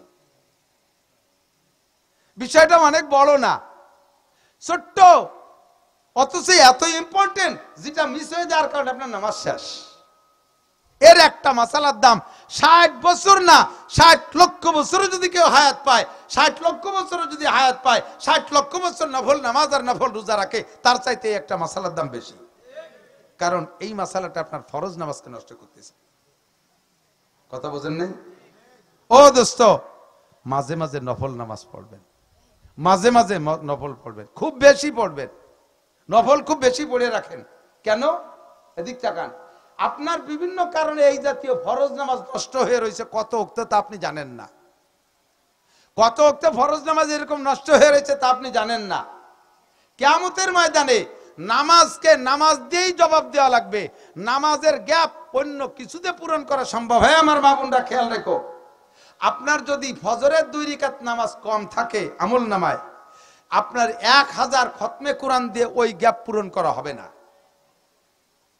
বোঝে নাই যে কথা? ফাঁকে আর একটু কথা বলে নেই, তাহলে বুঝতে সহজ হবে। এদিক তাকান। এক বিড়ি খালি নেকি হয় না গুনাহ হয়? মদ খাইলে, জিনা করলে, একটু কর না, চুরি করলে, মিথ্যে কথা, গিবত শিকায়েত, সুদে কারবার, নামাজ না পড়লে গুনাহ হয় না। নামাজ না পড়লে কি হয় না? গুনাহ হয় না। গুনাহ যাতে হয়, তওবা করলে তা মাফ হয়ে যায়। বোঝে নাই রে? গুনাহ যদি হয় তওবা করলে মাফ হয়ে যায়। নামাজ না পড়লে গুনাহ হয় না, কাজেই নামাজ না পড়ে তওবা করলে মাফও হয় না। বুঝতে হবে, আমার দিক ভালো করে বোঝেন। নামাজ ছেড়ে দিয়েছেন জীবন ভরিয়ে, মরার আগে আস্তাগফিরুল্লাহ পড়ে মরলেন, যদি আস্তাগফিরুল্লাহ নামাজ মাফ হয়ে যায়, তা আমি বিটা জীবন ভরিয়ে পড়বো কে? আমিও মরার আগে আস্তাগফিরুল্লাহ পড়ে মরবো। পার্থক্য থাকার দরকার আছে না নাই? নামাজিকে নামাজের বিনিময়ে প্রতিদান দেওয়া হবে। নামাজ আস্তাগফিরুল্লাহ ক্ষমা হবে না নামাজ না পড়লে। আরে হজ না করলে গুনাহ হয় না, হজ না করলে গুনাহ হয় না। হজ না করে আপনি আস্তাগফিরুল্লাহ পড়বা, তোমার হজ মাফ হবে না। যাকাত না দিয়ে আস্তাগফিরুল্লাহ পড়বা, যাকাত মাফ হবে না। এই মুসলমান, তুমি রোজা না রাখা আস্তাগফিরুল্লাহ পড়বা, রোজা মাফ হবে না। এই রোজা না রাখলে গুনাহ হয় না, হজ না করলে গুনাহ হয় না, নামাজ না পড়লে গুনাহ হয় না, যাকাত না দিলে গুনাহ হয় না। তা ওয়াই কি? এর জন্য একটা জেল বরাদ্দ আছে। এক ওয়াক্ত নামাজ না পড়লে 200-500 গুনাহ হয় না। এক ওয়াক্ত নামাজ না পড়লে 230 কোটি 40 লক্ষ বছর জাহান্নামে পড়তে হবে। গুনাহ একটা হবে না, কিন্তু ওই পরিমাণ জাহান্নামে পড়তে হবে। তাই দেখিয়েই গেল। ভাবছিলাম যে নামাজ না পড়লে গুনাহ হয় না, তাই তো বাইচেই গেলাম। একটা গুনাহ হবে না, একটা গুনাহ হবে না। 230 কোটি 40 লক্ষ বছর জাহান্নামে পোড়া লাগবে। রোজা না রাখলে আপনার গুনাহ হবে না, তার জন্য একটা পরিমাণ আছে। একটা রোজা ছেড়ে দিলে এত কোটি বছর জাহান্নামে পোড়া লাগবে। রোজারে রোজা দিয়ে শোধ দিতে হবে, নামাজরে নামাজ দিয়ে শোধ দিতে হবে। আর একটু বোঝেন, সুন্দর বোঝা যাবে। আমার একেবারে চোখের সামনে বাস্তব একটা ওয়াকিয়া। কোন এক এলাকার নাম বলবো না, সেই এলাকার আত্মীয় স্বজন থাকতে পারে, বেশি দূর না। ওই এলাকায় এক সুফি সাহেব, সুটপার হুজুর রহমাতুল্লাহ আলাইহি, আপনাদেরই তো সন্তান, হুজুরের ভক্ত ছিলেন। এই ভদ্রলোক সুফি সাহেব এক ডাক্তারের কাছে থেকে 300 টাকার ওষুধ খাইছে। আজ দেয় কাল দেয় করতে করতে 3 বছর সেই ডাক্তারের টাকা দেয়নি। এর মধ্যে তবলিগ লাগে না কাছে তশকিল হইয়া উনি 3 চিল্লে চলে গেছে। চিল্লে 3টে দিয়ে আইসা ওই জায়গাতে শুনছে যে মানুষের হক নষ্ট করলে আল্লাহ এটা ক্ষমা করে না, মানুষের হক নষ্ট করলে আল্লাহ ক্ষমা করে না। প্রত্যেক 2 পয়সার বিনিময়ে 7 রাকাত নামাজ দেয়া লাগবে। এটা হয় টাকা পরিশোধ করবেন হক, নইলে তার কাছে মাফ চেয়ে নেবেন। তবলিগি তেইটে শুনিয়ে আইসা এবার ওই সুফি সাহেব ডাক্তার সাহেবের কাছে চলে গেছে। যাইয়া কত বড় কৌশলী সুফি সাহেব, তবলিগি যে একটু ওয়াজও শিখছে, সুন্দর করে সাজাই গুছাই বলতেছে, ডাক্তার সাহেব কেমন আছেন? আমি তবলিগি থেকে 3 চিল্লে দিয়ে আসছি, এই সবে মাত্র কাইলি আসছি, আমার মনের ভিতরে মানতেছে না, আপনার কাছে চলে আসছি। ডাক্তার সাহেব, তবলিগি যে সবকিছু শিখছি, যা জানতাম না সব শিখছি, পরাণ কাঁপতেছে ভয়তে, কখন মরি, আপনিও আমার আগে মরতে পারেন, আমিও আপনার আগে মরতে পারি। এই জন্য দুনিয়ার থেকে সব ঝামেলাগুলো মিটে যাওয়ার কথা বলছে তবলিগে। তো নিজের ডাকে বলতেছে, আপনি আমার জীবন ভরে যা শক্ত কথা বলছেন, আমি আপনার আল্লাহর রাস্তায় মাফ করে দিলাম। উনি ওনারে মাফ করে দিল, সুফি সাহেব ডাক্তার সাহেবের মাফ। আর আমি আপনার কাছে জীবন ভরে যা পাবো টাকা পয়সা সব আপনারে মাফ করে দিলাম। ডাক্তার সাহেবের মাফ করে দিয়েছে। তাহলে উনি যখন এত ডালিয়ে দিয়েছে, তাহলে এবার ডাক্তার সাহেবেরও দায়িত্ব এসে গেছে মাফ করে দিয়া। এবার ডাক্তার সাহেবকে বলতেছে, আপনি আমার যদি কোনো, আমি যদি আপনার কিছু বলে থাকি আল্লাহর রাস্তায় মাফ করে দিন। ডাক্তার সাহেব কয়, হ্যাঁ মাফ করে দিলাম। আর আপনি যদি আমার কাছে কোনো টাকা পয়সা পাওয়া না থাকে তা আল্লাহর রাস্তায় মাফ করে দেবেন। ডাক্তার সাহেব কয়, সব মাফ করে দিলাম, টাকা 300 ফেলাও, টাকা 300 দাও। কয় তা কি মাফ সালাম? তা মাফ করলেন কি? মাফ করলাম আলো, এই টাকা দেওয়ার কথা ছিল 3 বছর আগে, এই আগে দিস নেই, এই 3 বছর ঘুরাইছিস, এতে যে গুনাহ হয়েছে এটা মাফ করে দিলাম, বাকি টাকা ফেলা। আল্লাহ কয়, নামাজ টাইম মতো পড়ার কথা ছিল, তা পড়িস নেই, অসময় পড়ছিস, ব্যাগটায় কাইন দিয়ে দে, এই লেনদির গুনাহটা আমি মাফ করে দেব, বাকি টাকা ফেলা। নামাজ পড়িয়ে দিতে হবে, নামাজ পড়ে দে। কাজেই এই নামাজের গুনাহ, নামাজ না পড়লে গুনাহ হয় না, এর কারণে নির্দিষ্ট শাস্তি আছে। এই শাস্তিতে বাঁচতে হলে নামাজকে নামাজ দিয়ে শোধ দিতে হবে। ও মিয়া, সবে বরাতে অত লম্বা নফল পড়েন না, সবে কদরে লম্বা নফল পড়েন না, ওই রাত্রে উমরি কাজা আদায় করেন। জীবনে, বিগত জীবনে যত নামাজ ছুটে গেছে, এই নির্দিষ্ট যে টাইমটা আপনি নফল নামাজ বেশি পড়ে থাকেন, ওই টাইমটা আপনি উমরি কাজা আদায় করেন। জীবনে সর্বপ্রথম ফজরের কাজা নামাজ পড়তেছি, আল্লাহু আকবার, শুধু ফরজ নামাজগুলো পড়ে দেন আর বেতের নামাজ। তারপরে জোহর পড়ি আল্লাহু আকবার, তারপরে আসর আল্লাহু আকবার, তারপরে মাগরিব আল্লাহু আকবার, তারপরে ইশা আল্লাহু আকবার, তারপরে বেতের আল্লাহু আকবার, তারপরে ফজর আল্লাহু আকবার। এমন করে 2 রিকাত, 4 রিকাত করে, 3 রিকাত করে আপনি পড়তে থাকেন, কাজা আদায় করেন, নামাজ দিয়ে শোধ দেন। ও জায়গা ব্যাগটাই কাঞ্জে দিলি কাজ হবে না। আমি কি বুঝতে পারছি? কিয়ামতের মাঠে আপনাকে ধরবে, এই হিসাব নিকাশ দাও। আপনার সব ফেরেশতারা হিসাব নিচ্ছে, সব ওকে। নামাজে 100, রোজায় 100, হজে 100, জাকাতে 100, কুরবানিতে 100, টুপি দাড়িতে 100, ফরজ ওয়াজিবে 100, তিলাওয়াতে 100, তবলিগি 100, সব জায়গা প্রায় 100, প্রায় জায়গায় 100। যখন চতুর্দিক দিয়ে এভাবে রেজাল্ট আসে, তখন কি হয়? তখন ফেরেশতারা খুশি। এই যে নির্বাচন দেখেন, নির্বাচন আমি যেটা কয়ে যাই সত্যি নামিতে দেন, আমাকে কাছে তো হয়ে গেছে, বাস্তব দেখছি।